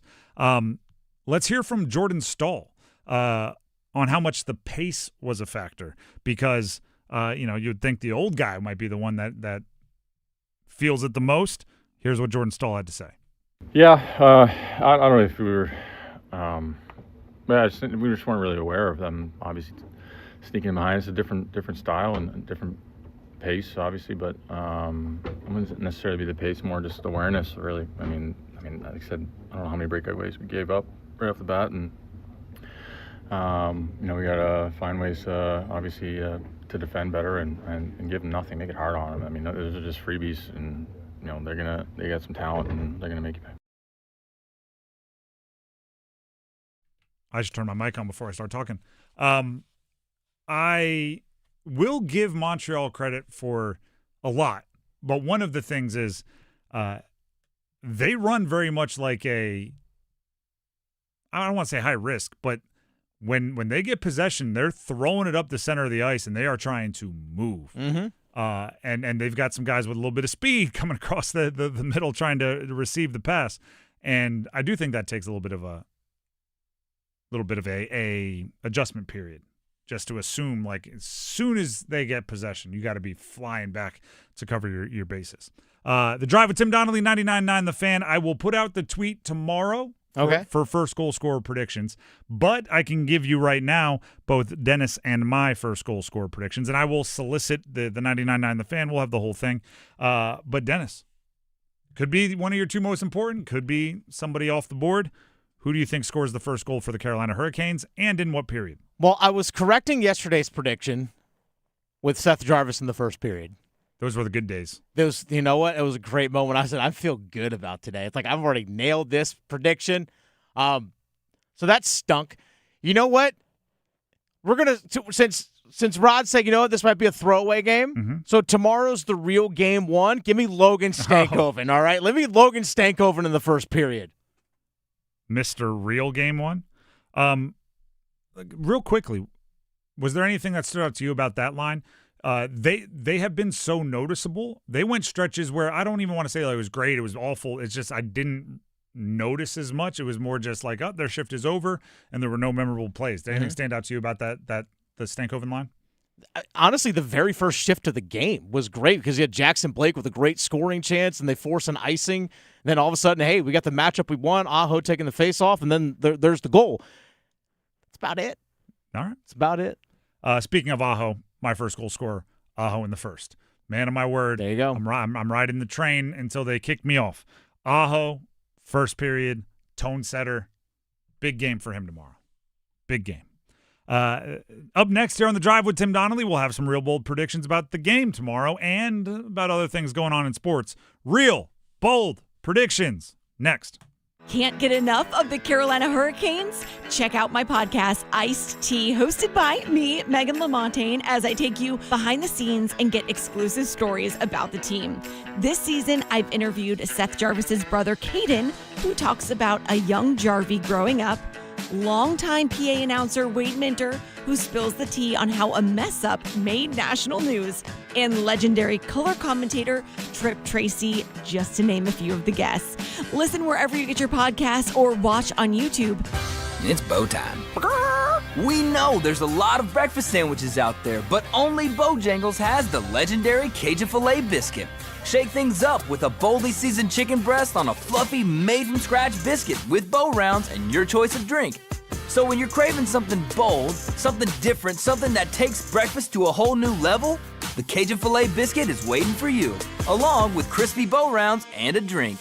Order in the app or at Bojangles today. It's bow time. It's bow time.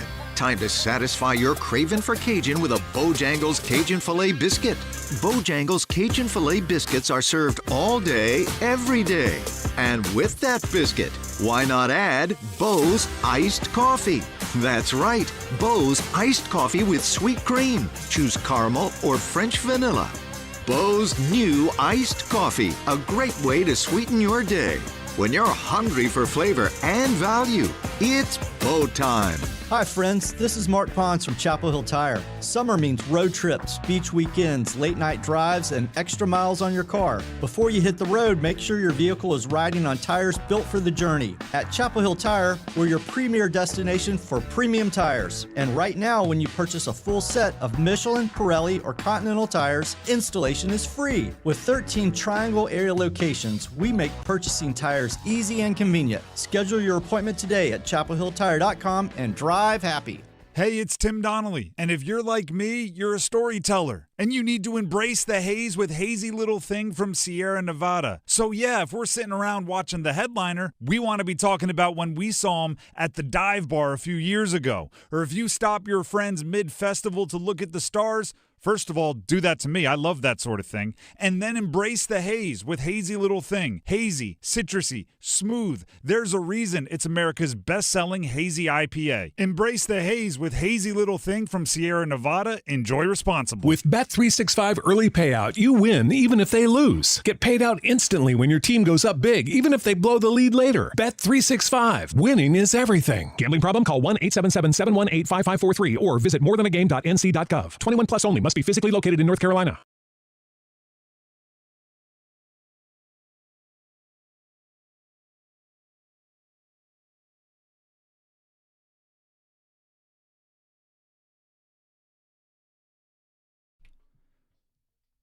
The Drive with Tim Donnelly, 99.9 The Fan. Please subscribe to our YouTube channel, 99.9 The Fan. I see it. I know you all don't, and there's no reason for you to see it. But like when we go out to the plaza, like we had yesterday for the Canes game, the people behind the scenes, including Dennis, put a lot of work in to make sure we have video and everything out there.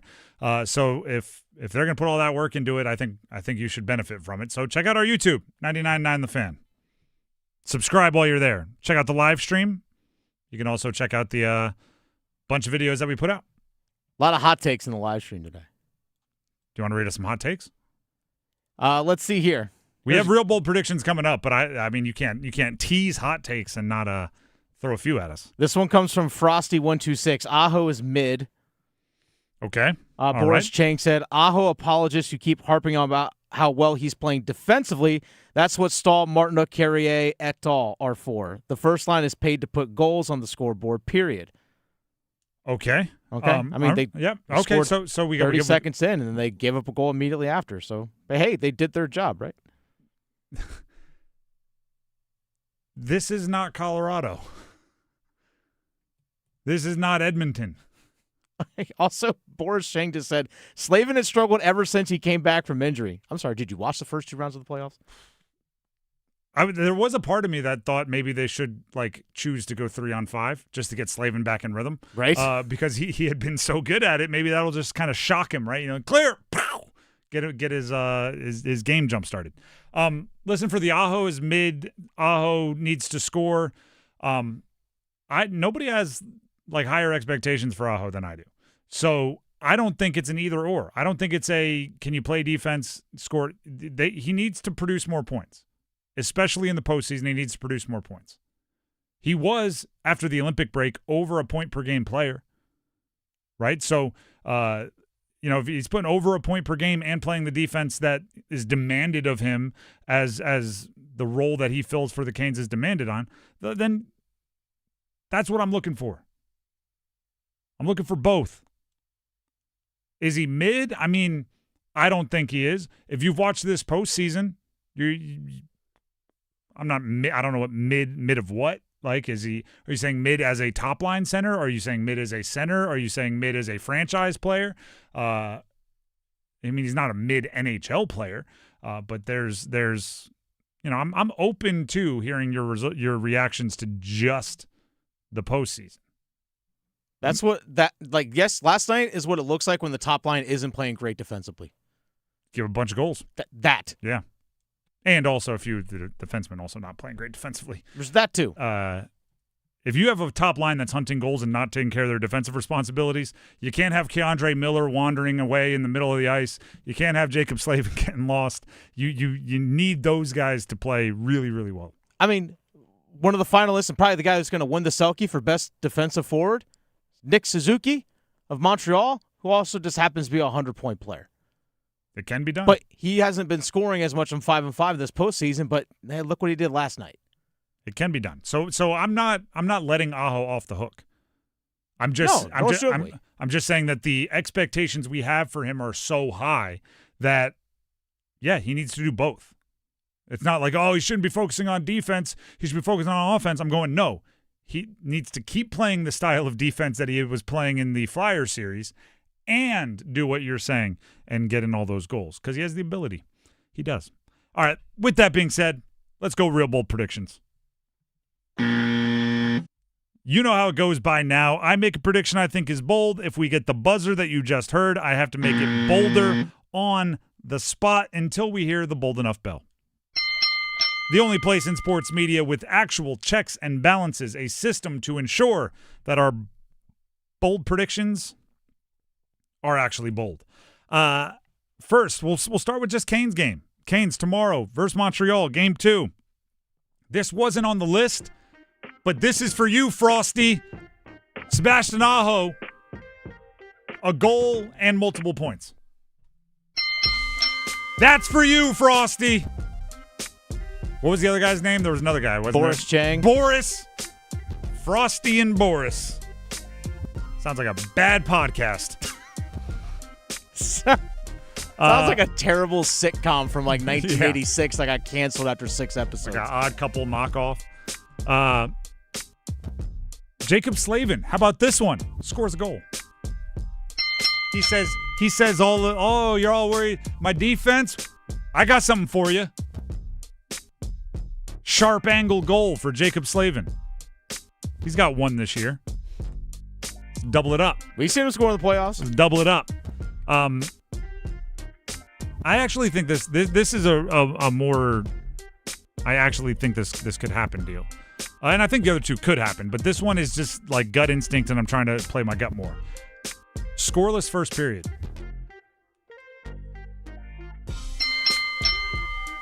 I think it's going to be one of those, like, the Canes were so un-Canes-like in game 1 that they're, like, unbelievably Canes-like in at the beginning of game 2. It's like they're setting the expectation.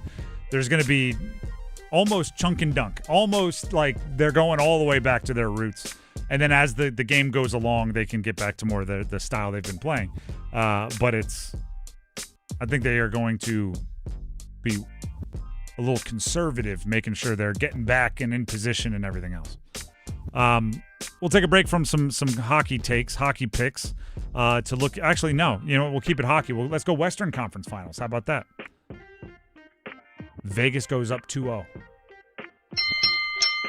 Makar's not playing again. I know. That's a big guy to replace. It's a lot of production, a lot of talent. I don't know. Nathan McKinnon didn't score in the first game. Maybe he sucks. Nathan McKinnon, I'll give him the aho. A goal and multiple points. Yeah, And a loss? And they're losing, yes. And a loss? All right, well, a little less likely. You could parlay those, get the gigantic payout. That's a very good point. That series is fascinating to me. Like, obviously, the Canes, like, I'm diving into every detail. Watching the Western Conference Finals, which is a very, like, Colorado was a very similar favorite over Vegas to what the Canes are over Montreal. But with just less of a fine-tooth comb, I'm very much just kind of looking at them and going, like, be better, Colorado, which I think is what a lot of people are doing to Carolina. Do it better. Thunder Spurs. Thunder at Spurs tonight. Oh, by the way, real quick on the Western Conference Final between the Avs and the Vegas Golden Knights, coverage starts at 7:30 here on The Fan. Puck drop at 8 o'clock, so we'll have that game on The Fan here tonight. So if you're heading out anywhere for Memorial Day weekend, we'll have hockey on The Fan for you. And if you hear my bold predictions are correct, make sure you show me some love. If they're wrong, just keep driving. Just keep that one to yourself. I'll feel enough shame without it. OKC Thunder at Spurs tonight, 1-1. Going to San Antonio for Game 3. I'm going big here. Wembanyama triple-double. Points, rebounds, blocks? Yep. Points, rebounds, block. It's actually not out of the Rebel possibilities. Rebounds, blocks, and steals. Which would actually be something. Imagine we got a triple-double with points, only, not points. Yeah, with 8 points. Actually, you know what? First of all, it's just because Wembanyama's an alien, and it's fun to watch and fun to count stats for him. So I wanted to have a ridiculous prediction there. I could see him I think it was Akeem was the last guy to have a quadruple-double. Sounds right. I could see him doing it. Points, rebounds, assists, blocks. I could see him. He's probably the best chance out there because he handles the ball like he's my height, but he's 7'4". He's a foot taller than I am. That's insane. He's really gosh darn good. Knicks up 2-0 over the Cavaliers. Bold prediction. They blow it. I was going to say Cavs win the series. Were you really? Yeah.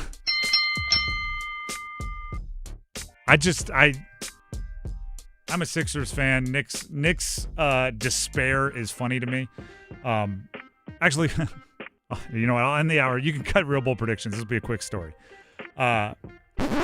So last night, I'm at the game watching in media row. My wife, my son, my daughter was asleep, but my son is 5, and he's hitting the point where, like sports, he has a real connection. Like he'd watch games and you know.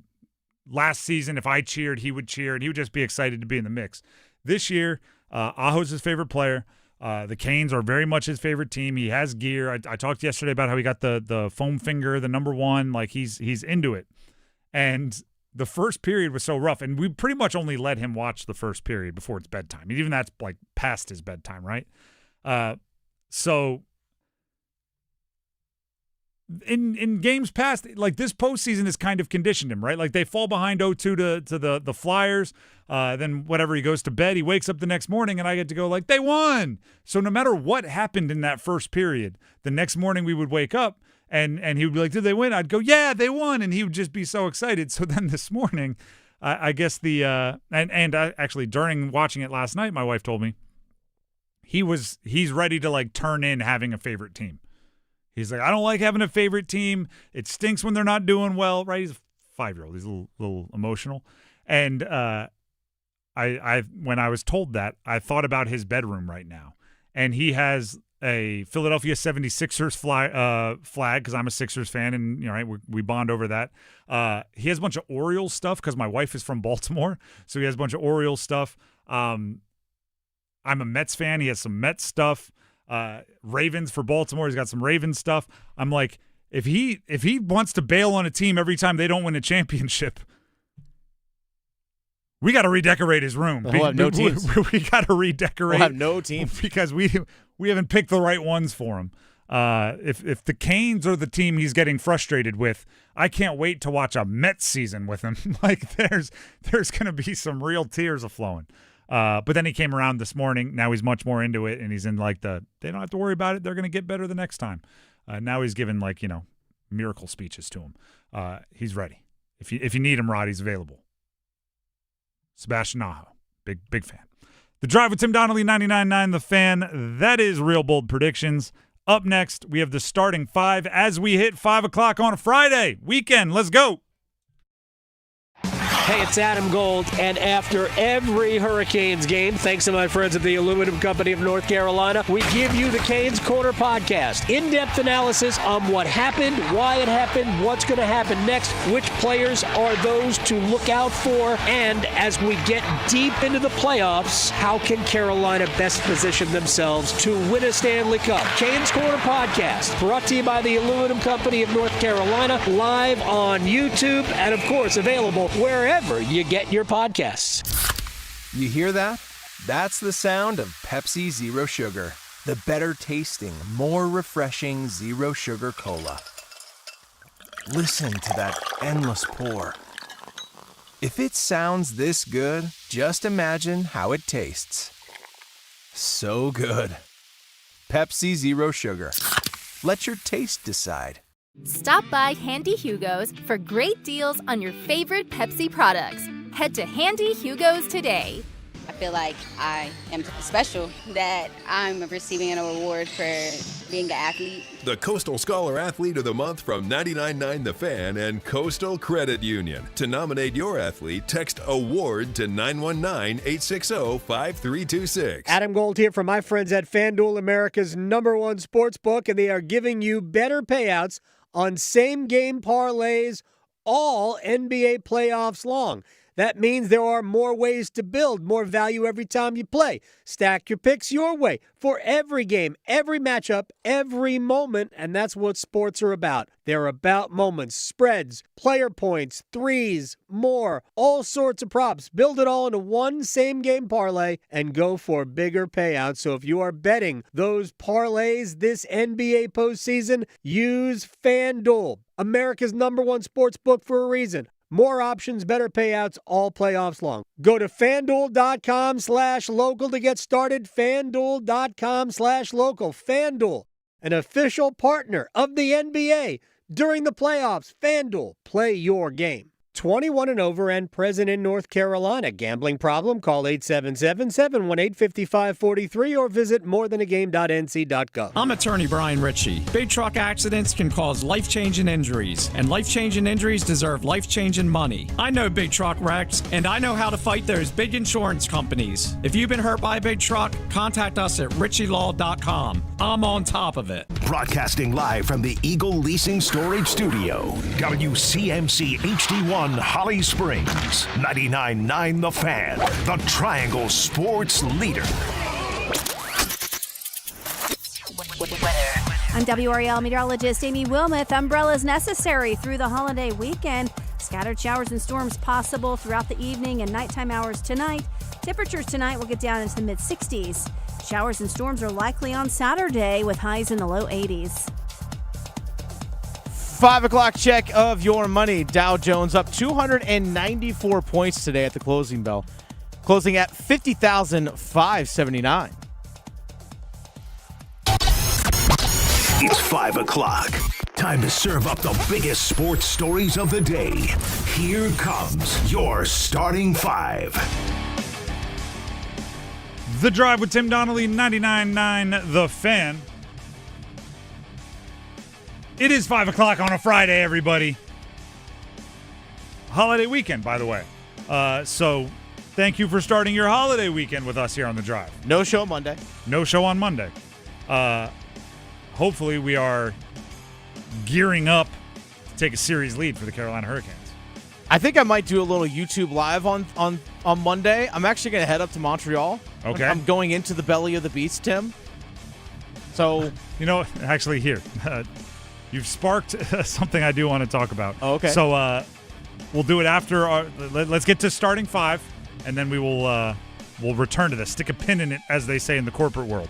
But thank you for starting your weekend with us. It is time for the starting five, and as always, we start with number 5. Count them. 1, 2, 3, 4, 5. Canes game 1 last night, 6-2 loss, 5-2 with an empty netter to the Montreal Canadiens, down 1-0 in the Eastern Conference Finals. For details, and I'll get to our conversation that we stuck a pin in right after this. It is 2 minutes of gold with our very own Adam Gold. Hey, it's Adam Gold, and I've got 2 minutes for an ideal start, followed by 11 dreadful minutes. And it's all brought to us by Parkway Sleep Health Centers, parkwaysleep.com. You could not have scripted a better start for the Carolina Hurricanes, 11-day layoff or not, having won just one Eastern Conference final game since the earth cooled. Carolina needed a quick start, and boy, did they get it. Aho now out to take the offensive draw to the right of Jakub Dobiš. He'll win it back. Miller, it'll be tipped. No chance, they score! Right off the hop! Seth Jarvis gets the Eastern Conference final going! 33 seconds in and the Canes go up 1-0! Unfortunately, much like Marlin the clownfish in Finding Nemo, good feeling gone.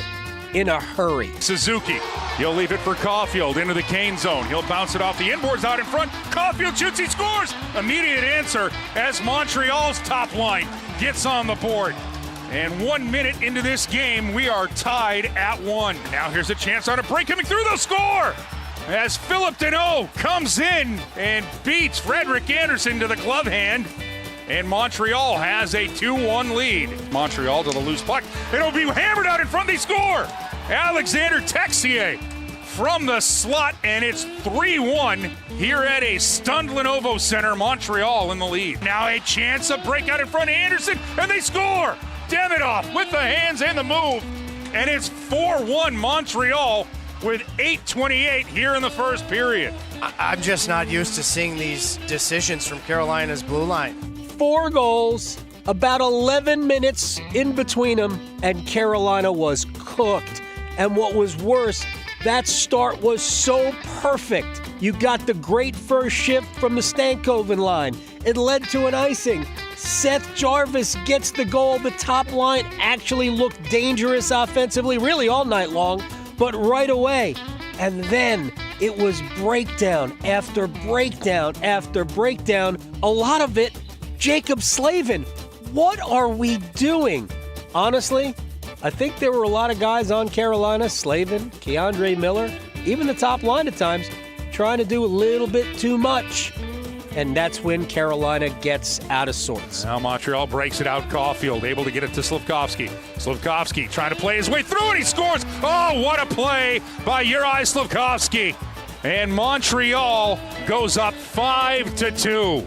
So now, how do you get back in sorts? If you can get out of sorts, you should be able to get back in sorts. I would suggest a good night's sleep, but I would also suggest stop trying to be a hero. Everybody does their job. Carolina should be fine. That's what we're asking for. Parkway Sleep, sound health, sound off for just being Bill Belichick. Do your job. That's it. Thank you very much to Adam Gold for 2 minutes of gold. Now we can get to the conversation that I've been waiting to have. So yesterday watching the game, Media Row. Just to give you the architecture quickly, the blueprints. There's Media Row. It's a single line of reporters, media personalities, us, all of that. And immediately behind it are a bunch of booths. And that's where you'd have like a television broadcast, the play-by-play, the whoever, right? Just booths. Visiting radio. And right behind us, which normally is fine, right? I mean, it is fine. I'm not even saying it wasn't this time. But they were speaking French. And for whatever reason, it's something to do with like my psyche or human nature. They were probably saying like, puck crosses into the offensive zone. Slafkovsky has it. Now it's tucked into the corner. There's going to be a battle for it. Like just the same normal stuff that every hockey play-by-play guy says. But because I didn't know what he was saying, my brain kept going to, like, they're laughing at us, they're making fun of us, they're being mean. Sure, they're up by a couple goals, but that doesn't mean you got to say it like that. And it's just like, it's their language. They're from Montreal. Like, that's exactly what they should be doing. I had to, like, bat away some thoughts because I was going like, oh, they're poking fun at Chatty, aren't they? They're making fun of Chatfield. How dare they? And it's like, they definitely just said, like, Chatfield's watching Caulfield. Like, it was nothing. But you would just hear a name. You would hear Gostisbehere in the middle of their French, and I would just be like, oh, what are they saying about Gostisbehere? It was like an SNL sketch in my head of just trying to guess the subtitles. And by the way, like, not only do I not know French, I am wildly bad with languages. I know, like, I can count to 10 in Spanish, and I took it for like 3 or 4 years. I took a bunch of years of Japanese. I can ask to go to my locker. That's it. I'm not good with languages is what I'm getting at. So they definitely were doing nothing wrong, but just the fact that they were speaking a language that I do not understand, I was getting mad. And maybe it would have been different if the Canes were winning. I would have assumed they were being sad and saying things like, oh, they're so good. But because they were getting the better of them, it was very frustrating. That's number 5. Oh, and so anyway, to build all of that around, you're going to be surrounded by people speaking I know. French. I said I'm going into the belly of the beast. Represent us well. I will. That's number 5. Let's get to number 4. 1, 2, 3, 4, all together. Carolina. Talking baseball now. The ACC baseball, I should say the ACC baseball tournament is going on as we speak, but it's not because they're in a rain delay. Carolina, they took care of business, though. They had the 11 a.m. game against Virginia Tech, and they won 10-4. So they're done. They're just waiting for everything else to settle itself. The game that is in a delay in the top of the first, Pittsburgh and Florida State. Florida State's one of the top 15 teams in the country. They are 11th ranked in the country. Carolina is 2nd. Miami and Georgia Tech is already scheduled for tomorrow. They've already played their way in. Carolina and the winner of the game I just described will play at 5 o'clock tomorrow. And then the championship scheduled for Sunday, I believe. So ACC baseball tournament going on. Carolina's still in it. State, Duke, not still in it. Wake Forest, not still in it. Carolina carrying the state banner in this one. And I'm actually gonna mix in. It's not the ACC tournament, but it is super regionals. Duke softball. They are playing, I believe. So it looks like they just recently lifted the rain delay in Fayetteville. Oh, for Duke softball, yeah. For Duke softball. Okay, yeah. They are ahead 3-2 as they get things started. Still just the bottom of the second, so a lot of softball left to play. But Duke's ranked 12th in the country. Arkansas, the host team for the Super Regional, 5th in the country. So Duke's looking for the upset there. This is game 1 of the Super Regional. But Duke has the lead early. And the lead in hits, 4-3 early. It's the bottom of the second. That's where we stand with those. That is number 4. Next up is number 3.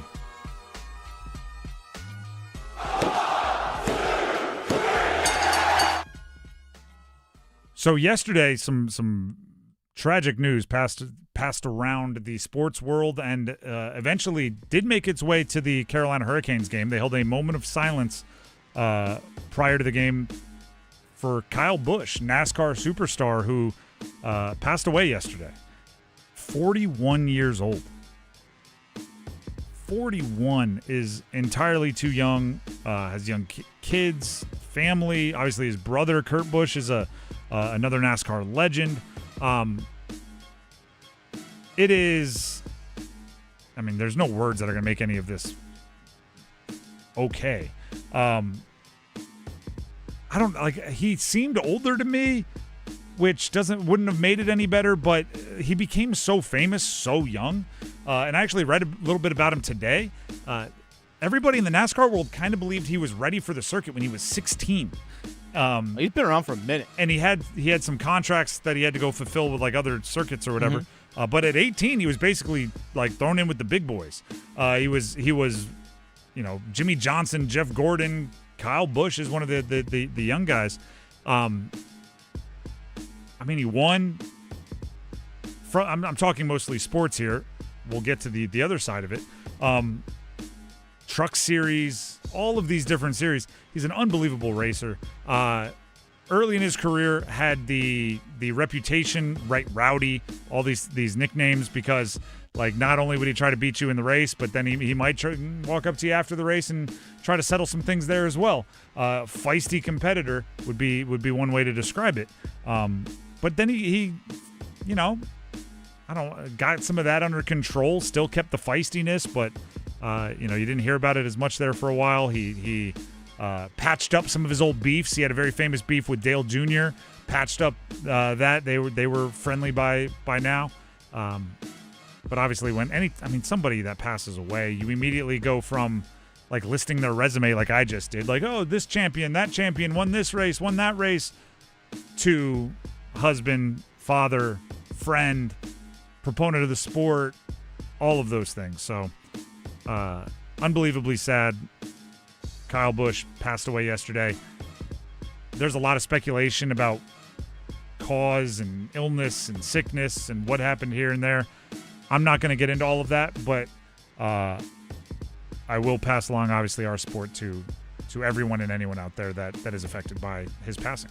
There was a fun moment about 7 years ago with Kyle Busch, like post-race interview and all that kind of stuff. He was very short with some media members and stuff, and he actually channeled his inner Marshawn Lynch and responded to a question saying, "I'm just here so I don't get fined." That is Kyle Busch. So he had a little bit of that in him as well. Again, I'm not a NASCAR fan, Yeah. but he was famous. Again, he was famous young. He was famous during like the wake up and watch Sports Center portion of my life. Yeah, and he had I think it's necessary for individual sports. I'm a golf fan. I think it's necessary for when the Olympics come around for things like track and field. And obviously racing, you need different personalities, right? And when you had Jeff Gordon and Jimmy Johnson and even Dale Jr. and all of these guys, they're very buttoned up, very corporate, ready to say what the sponsors want me to say. Kyle Busch, maybe a Tony Stewart, those guys were the ones that were like, I'm going to make this thing entertaining and go out there and outrace you. So, the sport is missing a personality now that he has passed on. And again, all of that pales to the person and the family member that is also lost. I know even my fiance last night after I got home from the Canes game, we just kind of chatted about it for a little bit, and she goes, he's a big name in NASCAR when I know who it is. And she's born and raised here in the state of North Carolina in the Charlotte area, and she's like, yeah, I know who Kyle Busch is. He was a crossover star for, I would say like the late 2000s and early 2010s. He was like commercials and like he crossed over. It was a big deal. He drove the M&M's car. Yeah.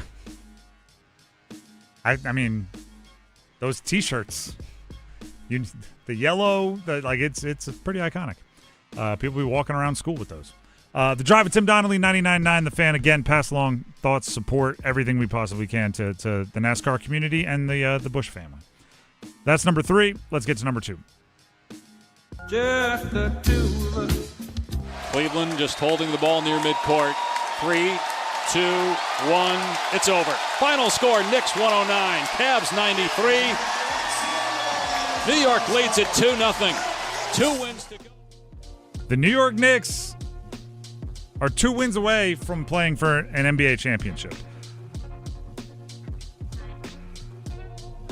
In basketball, I don't know if there is a championship that would, it's the Mecca, right? I mean, NBA basketball, New York City, it's a thing, and it's been a long time since they had that. Just making it to an NBA Finals would be something that I think would be, even if you're not a Knicks fan, like, they're also really fun to hate. It's just, it would raise, here's the way I'll say it. And I get frustrated by it when people say it the opposite way. For example, with the Canes being in the Eastern Conference Finals against Montreal, as soon as that matchup was solidified, there was, the ratings are going to go down with that one.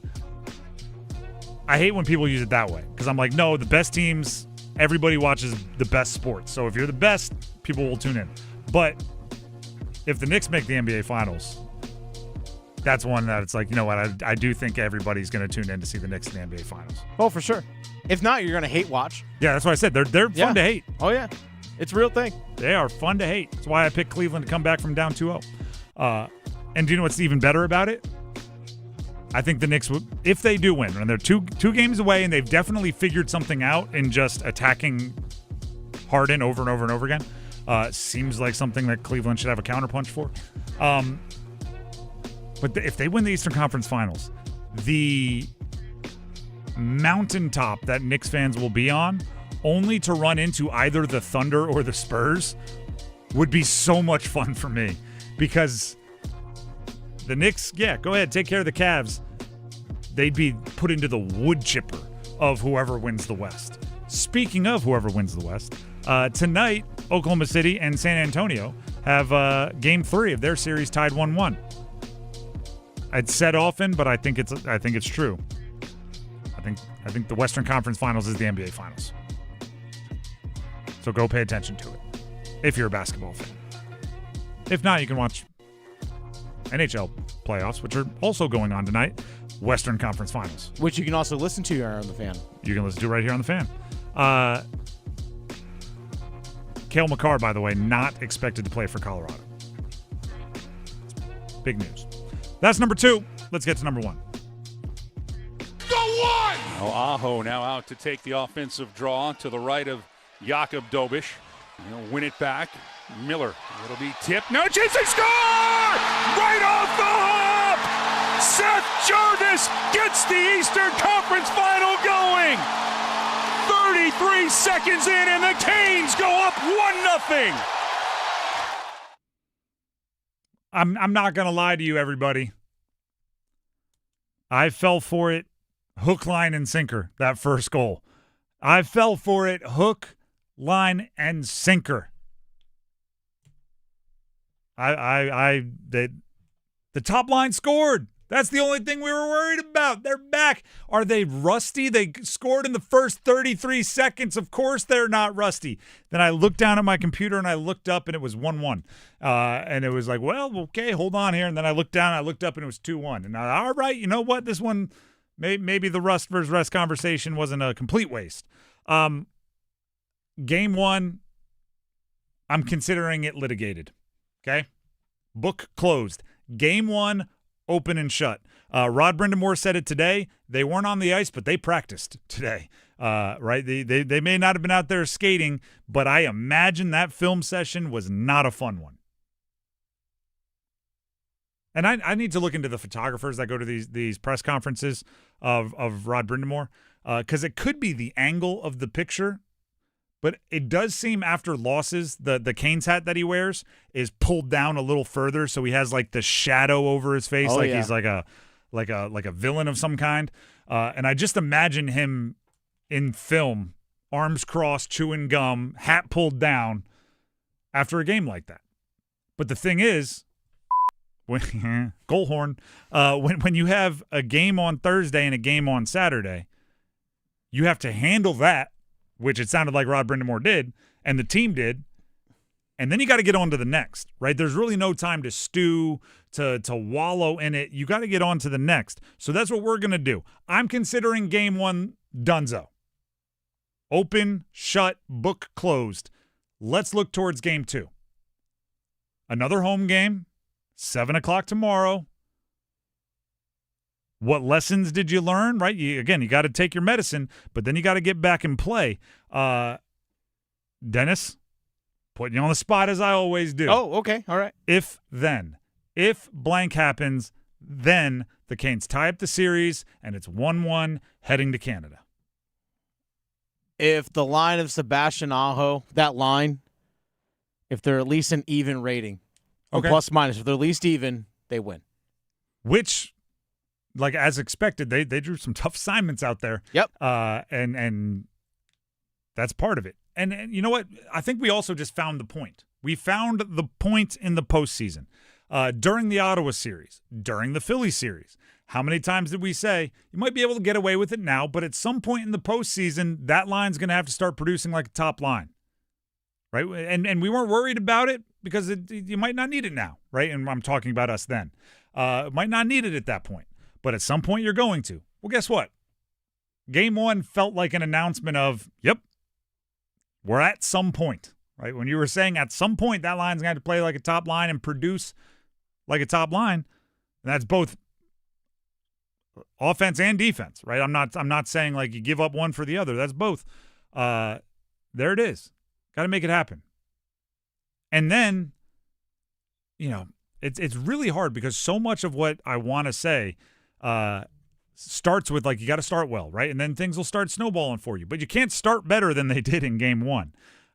So it's like a consistent thing, I guess. But there were a lot of hopeful passes made by the Canes last night, right? A lot of like, let's see. And not many of them were completed or they were mishandled. There were a lot of bobbles, right? A lot of just mishandled first touches and now you're chasing it or whiffs. And those things, they're the metaphorical quicksand, right? The harder you struggle for them not to happen, the more they will happen. So the thing that I think the Canes need to focus on is, and this is not new to the Canes, it's their thing, but just constant, consistent pressure, constant, consistent creation of chances. And it's Montreal is very much like, wow, right? Like, they're like trying to scare you, right? They're like, wait, go. I don't know if the Canes want to get into that game, right? I think they want to be more just endless waves of pressure coming at you. Don't let them breathe. And if Montreal catches one of their little like, they get you with a jump scare, right back to it. It felt, at times as if, I don't know, they were trying to the Canes can win in different ways, but it felt like they were pressing to make the big play, which is kind of Montreal's game, right? They make the big flashy play. The Canes make a million good plays consecutively, and I think they just need to keep doing that. You got a shot, take it. You don't, cycle the puck, right? Don't let it grow roots, especially on the power play. Keep it moving. Quick decisions, good decisions. That's what I found myself just like thinking. Well, like do something with it. If you're gonna shoot it. If not, move on. And I think that's a big part of them. We talked about it earlier. Slavin did not have a great day in game 1. I'll go back to one of my tried and true theories. If you make me choose somebody to have a bad day and a loss, if the hockey gods came to me before game 1 and said, all right, somebody is going to have a really bad day and you're going to lose by 4 goals, you get to choose who's going to have a bad day, I might go Jacob Slavin. Why? Because, well, if he has a bad day, that's his one for the next 8 years. Like, right? If we're going to lose, might as well get the bad one out of the way. He doesn't have a lot of those. So Slavin didn't play great. On average, he still has 0 bad games, right? Yeah. If you have 2,000 games, however many he's played, I'm obviously exaggerating, and you have one bad one statistically, right? Depending on how many decimal points you go to, that's 0. He doesn't have a ton of bad games is what I'm getting at. So I wouldn't expect that to become the new norm. And there's a lot of that for the Canes. Their defensive communication wasn't great. How many times does that really happen for this year's Canes team? Not that often, right? So I'm, once is what is the saying? Once is a fluke, twice is a coincidence, 3 is a trend, something like that. I'm not gonna worry about the fluke. If I see it again in game 2, I might find where the panic button is. I don't know if I'll press it, but I'm gonna be aware of its location. But for right now, I think a lot of the things that went wrong in game 1 are things that you're pretty confident won't go wrong permanently. At least I hope so. Talk myself into it. The Drive with Tim Donnelly, 99.9 The Fan. Before we move on, Tim Donnelly here for Maynard Service Company. Heating, cooling, plumbing, electric, everything going on in your house. If it's not going on the right way, you need to call Maynard Service Company. And I say 24 hours a day, 7 days a week service, and sometimes I think that blends into the background. But I want you to know, 24 hours a day, 7 days a week service means if you have some kind of an emergency, right? Your plumbing is always what I think of, right? Middle of the night, you wake up to use the bathroom, and all of a sudden, you're not sure why your feet are wet when you walk into the bathroom. That's an issue, right? Something emergency. If it's 2 o'clock in the morning on a Tuesday, if it's 11:30 at night on a Sunday, if it's 24 hours a day, 7 days a week service, I could list all the times for you, but it would take a while. Remember this phone number. Have it saved in your phone. It is Maynard Service Company. Heating, cooling, plumbing, and electric work. One spot for all of them. The number is 919-361-0993. That's 919-361-0993. Or visit them online at MaynardServices.com. That's MAYNOR Services.com. We need numbers game contestants, don't we?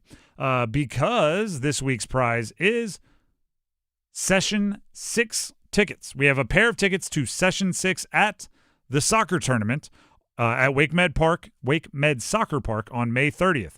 Some really, really cool soccer, celebrities, super talented, current, former. The soccer's always awesome. J. Cole's like Dreamville labels having a team in there. Of course. Why not? Why not? That's actually is really cool. He's always got something going on in sports. He's like playing pro basketball in some other country. He's now putting together a TST team. Either way, we have a pair of tickets to Session 6 going to the winner of the numbers game today. So if you want to play, if you want to win, you got to call in now. 919-860-5326. That's 919-860-5326. Call in now. Numbers game next. One goal. Let's go, Canes! Slavin, he gets it to Hall. Hall whips it across. Blake with a shot. He scores! It's over! Hoist Lord Stanley's Cup. Oh, this is going to be fun, isn't it? Oh, yeah. Wow. Playoff hockey. Here we go. Here's a chance. Sebastian Aho in. Short hit back in. Scores! Oh, talk to me, Shorty! Carolina! The Triangle's official home for the Carolina Hurricanes. 99.9 The Fan. The Triangle Sports Leader. At Wake Orthopedics Urgent Care, we spend days, nights, and weekends in 3 convenient locations providing specialized care for kids and adults. Sprains and strains, shoulders and knees, fractures, hammies, and more. All that and all without an appointment. Walk in or limp in, either way you'll get the care you need whenever you need it. Visit us today at wakemed.org. Soundstation and Security, your automotive and audio experts. Car audio, car video, home theater, wheels and tires, and so much more. Plus, did you know Soundstation and Security offers full service for your vehicle? Alignments, inspection, oil changes, window tinting, and custom exhaust. And with a variety of financing options, Soundstation and Security can help you get what you need today. 2 locations, downtown Smithfield and on Glenwood Avenue in Raleigh. Soundstation and Security. Visit myhotsound.com. Give me a mountain with lots to do. Give me something simple and true. All I need is sunshine and that cool, refreshing Mountain Dew. So give me my good friends, give me a Dew. Grab some ice-cold Mountain Dew today. Mountain Dew. Stop by Handy Hugo's for great deals on your favorite Mountain Dew products. Head to Handy Hugo's today. It's bow time. We know there's a lot of breakfast sandwiches out there, but only Bojangles has the legendary Cajun Filet Biscuit. Shake things up with a boldly seasoned chicken breast on a fluffy, made-from-scratch biscuit with bow rounds and your choice of drink. So when you're craving something bold, something different, something that takes breakfast to a whole new level, the Cajun Filet Biscuit is waiting for you, along with crispy bow rounds and a drink. Order in the app or at Bojangles today. It's bow time. It's bow time. Time to satisfy your craving for Cajun with a Bojangles Cajun Filet Biscuit. Bojangles Cajun Filet Biscuits are served all day, every day. And with that biscuit, why not add Bo's Iced Coffee? That's right, Bo's Iced Coffee with sweet cream. Choose caramel or French vanilla. Bo's new Iced Coffee, a great way to sweeten your day. When you're hungry for flavor and value, it's Bo time.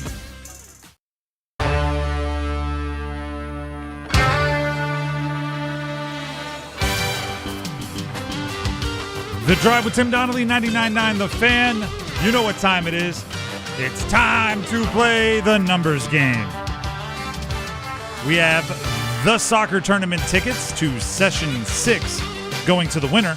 And the contestants for today are Jason in Chapel Hill and David in Raleigh. They will, another David in Raleigh. We will battle it out in jersey number trivia. And somebody's getting those tickets. We'll bring both of them onto the show. We'll ask them the exact same question. Dennis will pick his favorite answer, and that person will get to go first. Starting with Jason in Chapel Hill. Jason, can you hear me? I can hear you. All right. The question for today, as it often is on Fridays, is we are on the doorstep of the weekend, and it's a holiday weekend. What are you looking forward to most about your weekend? But because we are a sports show, make sure it is sports related. It's got to be Game 2, Hurricanes. Game 2, Hurricanes. Any follow-ups, Dennis? All right. Then we move to David in Raleigh. David, can you hear me? Yes. Same question to you to see who goes first. We're obviously on Friday, looking at a holiday weekend. What are you looking forward to most about the weekend? But because we are a sports show, make sure it is sports related. My plan was to call Tim and Dennis and just have an absolute party watching the Hurricanes Saturday night. All right. Dennis, any follow-ups? No questions. All right. So your options are Jason, Game 2, Carolina Hurricanes, or David and Raleigh partying with us, I think he said. Game 2, Carolina Hurricanes. Well, I guess my invitation got lost in the mail, but I got to go with Game 2, obviously. Since Jason said it first, I'm going to go with Jason picking Game 2. Yeah, I think there was an obvious one seed, and getting to go first there was a big advantage. So Jason will go first. David, it's not really a disadvantage. You'll go second. You just have to wait on hold. Jason, are you ready to pick your category?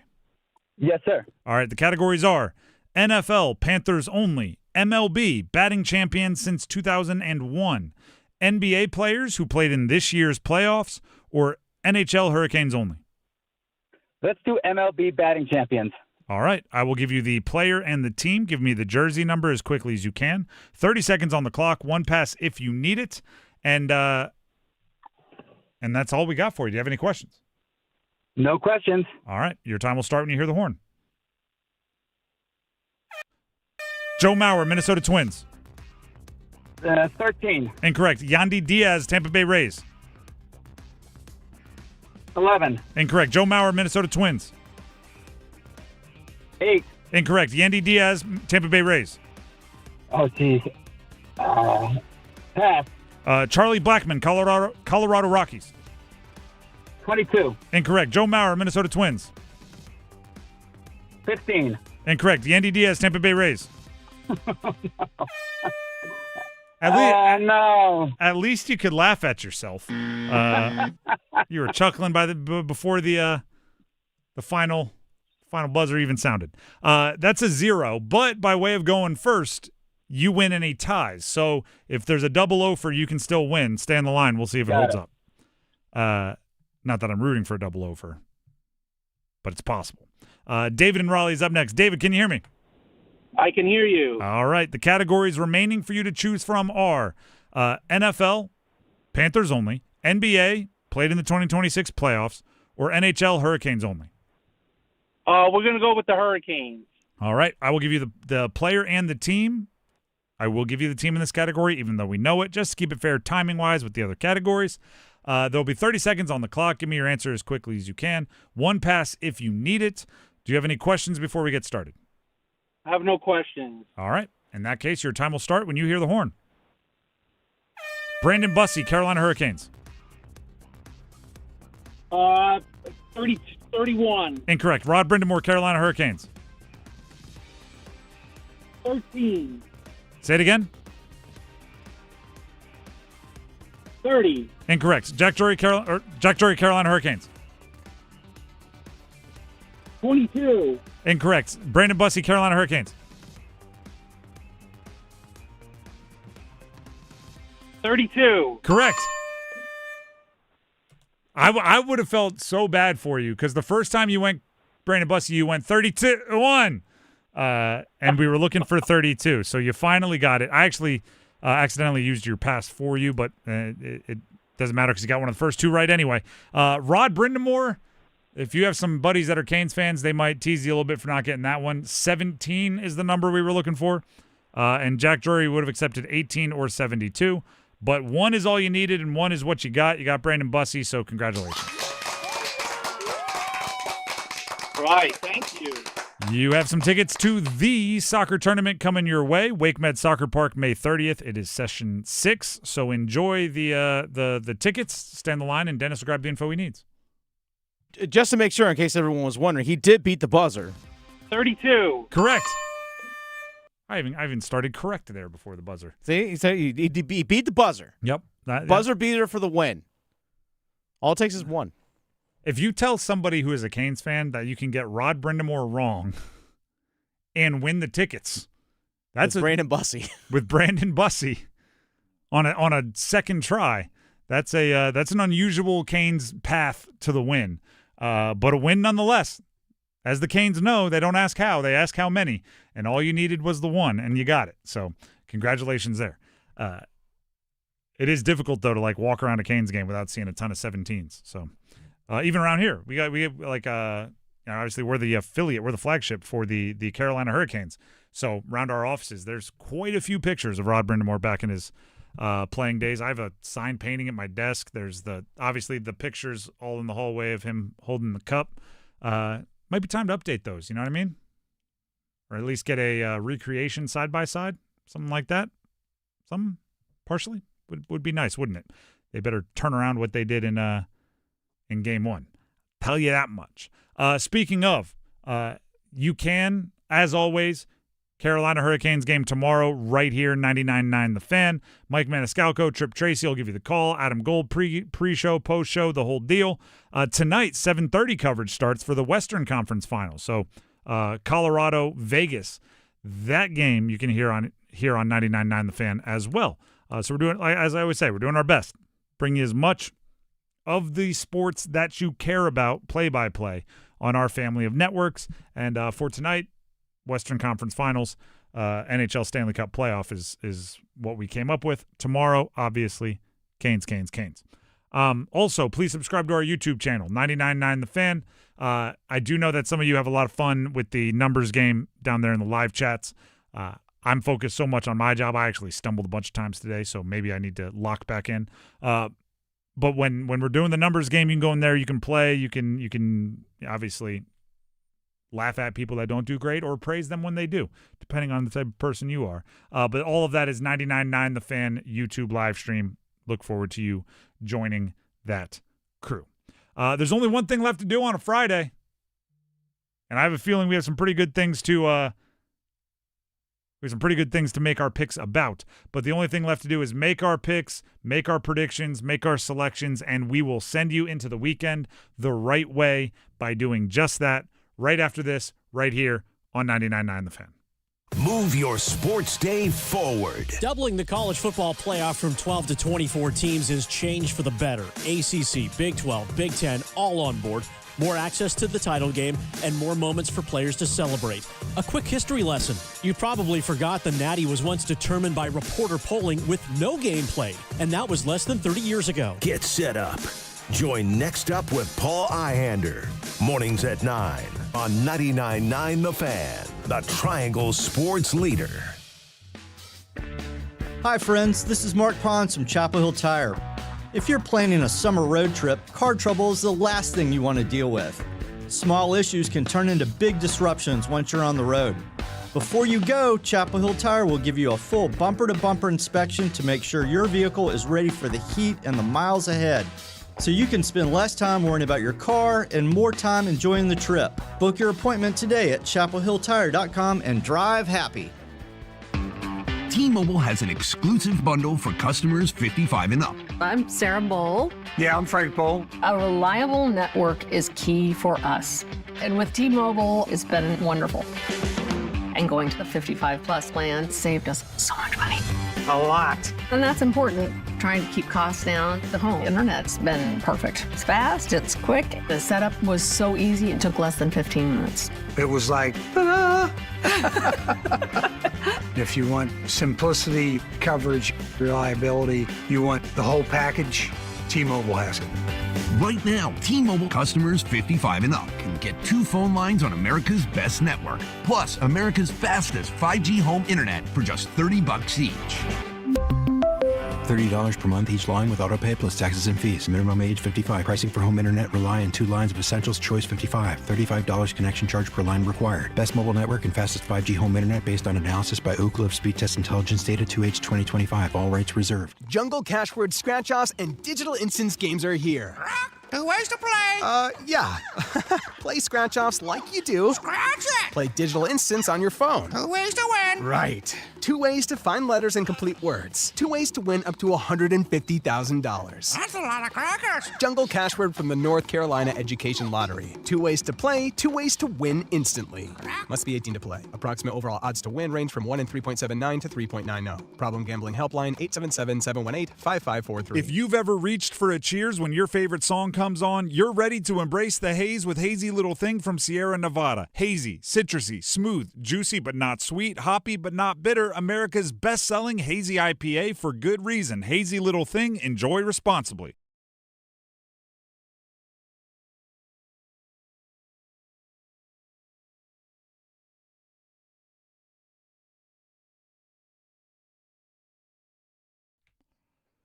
The Drive with Tim Donnelly, 99.9 The Fan. There is, I don't want to say an elephant in the room, but there's a miniature elephant statue in the room that we haven't addressed. Oh, yeah? What's that? Canes are 1-17 in their last 18 Eastern Conference Finals games. Yeah, okay. I don't think it's a big deal, but it is feeding, it's fuel being given to those that think there is some kind of a glass ceiling. Yeah, so that 09 team really impacting. It's part of the story. It does, but the first one just like I still believe they're gonna win games in this series, right? And that stat's gonna go not be completely gone, but it's gonna go down in emphasis. But this is a story my dad tells off. My dad coached me in all of Little League sports and everything, right? He was usually the assistant coach, but he was always on the staff. And there was one I don't know if this is how youth even does it now, not to this point yet, but all of our youth leagues were two grade or two ages. Mm-hmm. It'd be 9 and 10, 11 and 12 as the leagues. So our little group, we had 2 coaches and a bunch of kids that we'd all play as 9-year-olds and just get kind of worked. But then the next year we'd be the best team in the league and we'd be all the older kids. And it was a cycle like that. And there was a year where we played up as younger kids. So anyway, whatever. We got smoked. I don't think we won a game the entire year. Matter of fact, I know we didn't win a game the entire year because we were way younger than everybody else. And then the next year we came back and we were supposed to be one of the better teams in the league. And we lost the very first game.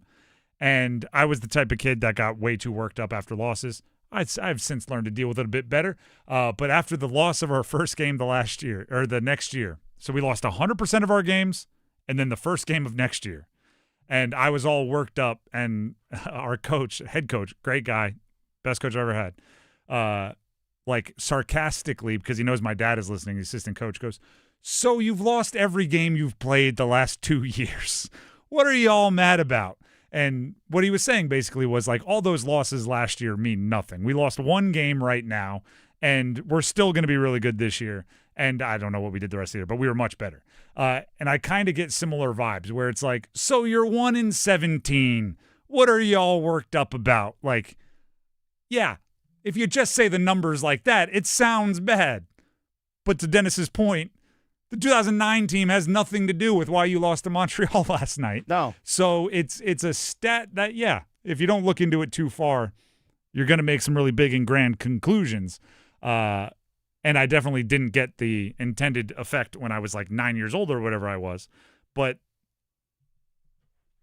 wait till tomorrow, right? 0-2, we'll start to have real conversations. 1-1, I'm not going to entertain all the ridiculousness. So we'll put that little tiny elephant back in the closet, in the storage bin, and leave it there. With that being said. By the way, game 2 tomorrow is a 7 o'clock game. 6 o'clock Storm Watch. Oh, did I missay that? I don't know. Okay. I'm just reminding the people out there. It's because most of the games are normally 8 o'clock, but tomorrow's a 7 o'clock. If you ask the Canes, they'll have it at 9 a.m., I bet. They want to get back on the ice and rinse their I don't know, take a shower from whatever happened in game 1. With that being said, though, we have to decide what we think is going to happen in game 2, and I'm sure that will be a big part of our Making Our Picks segment. Making picks. Making picks. Making picks. All right, let's start with a game that's actually on our airwaves tonight. The Western Conference Final in the NHL, the Stanley Cup playoffs. We have the Colorado Avalanche at home against the Vegas Golden Knights. Colorado, top team in the league, had a week off between games, lost game 1 to Vegas by a score of 3-2. Tim, what say you about tonight's matchup between Vegas as well as Colorado? Again, game 2, no Cale Makar by all accounts again for the Colorado Avalanche, who on the money line, Colorado minus 166 on the money line. You've put me in a tough situation here. Because one of my bold predictions was that Vegas was going to win. Okay, so do you take the money line plus 140? But I actually bold. When I pick a bold prediction, it's like something that's a longer shot, but I think has a chance. I actually think Colorado's going to win. Like if I were betting money on the money line, I would take Colorado. But I don't want to sit here and have on the same show make picks on both sides of the game because that's just ridiculous. So I'm take locked.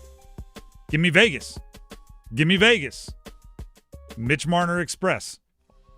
All aboard. Crushing it right now. All aboard. All right, let's actually go to the hardwoods tonight. We have the Oklahoma City Thunder at the San Antonio Spurs. Game 3. The Spurs at home. This series is tied 1-1. Spurs at home, a minus 125 on the money line. Oklahoma City Thunder plus 105. San Antonio 1.5-point favorites in this one. I believe Dylan Harper is a little banged up, which I think is for San Antonio. Yeah, a little underrated as far as how much impact he has. I just brought it up here. Shams Charania has him as a game time decision. If he plays, I like San Antonio. Expected to go through pregame routine and make a decision on his status. So that, it's the Western Conference Finals, right? If you can warm up, there's a good chance you're going to be going. Give me San Antonio. Okay. I also have Wembanyama having a big game because he's really gosh darn good. You did bold prediction triple-double for Victor Wembanyama. And you didn't make me pick the stats. So I did not. Could be blocks, steals, assists. That third category could be anything.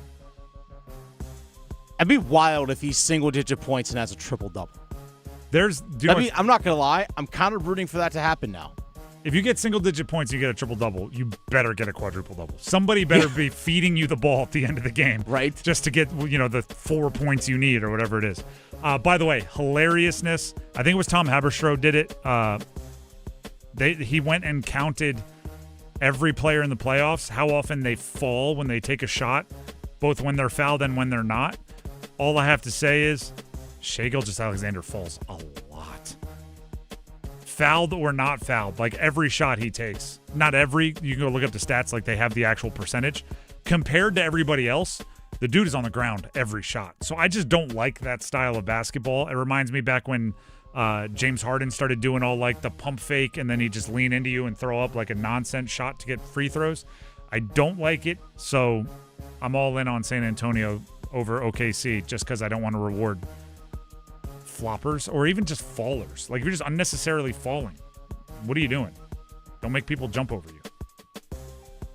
By the way, the winning score, the winning total for San Antonio and Oklahoma City. They each have a win. 122 points. That's the magic number. 122. It's a race to 122. All right, Tim. Men's lacrosse tomorrow up in Charlottesville. Hold on, I did find it. Oh. Shea Gilgeous-Alexander, on all shots, including shooting fouls this playoffs, Shea Gilgeous-Alexander falls on 17.4% of his shots. Nobody else is above 12. James Harden is 11.9. Makes sense. No one other than those two is above 9. So Shea Gilgeous-Alexander is essentially he falls on twice as many shots as anyone not named James Harden in the playoffs. I can't root for that style of basketball. Keep your feet. Be an athlete. Sorry, continue. I didn't mean to cut you off. No, it's all right. We have the men's lacrosse tournament. National championship game coming up this weekend. Tomorrow's the semifinals. Monday, national championship game. We have 3 ACC schools, Tim, in the Final Four championship weekend. Syracuse taking on Notre Dame. Syracuse, underdogs, 2.5 goals in this one. They were plus 195 on the money line. That's right. You can bet on college lacrosse. Notre Dame favored minus 260 on the money line. Well, we had the head coach of the Carolina Chaos on the show earlier this week. We did. Stephen Brooks. And he went to Syracuse. He did. And with my lack of knowledge of... National champion, by the way. National champion, sure. With my lack of knowledge of how good the teams are this year, because I just don't know.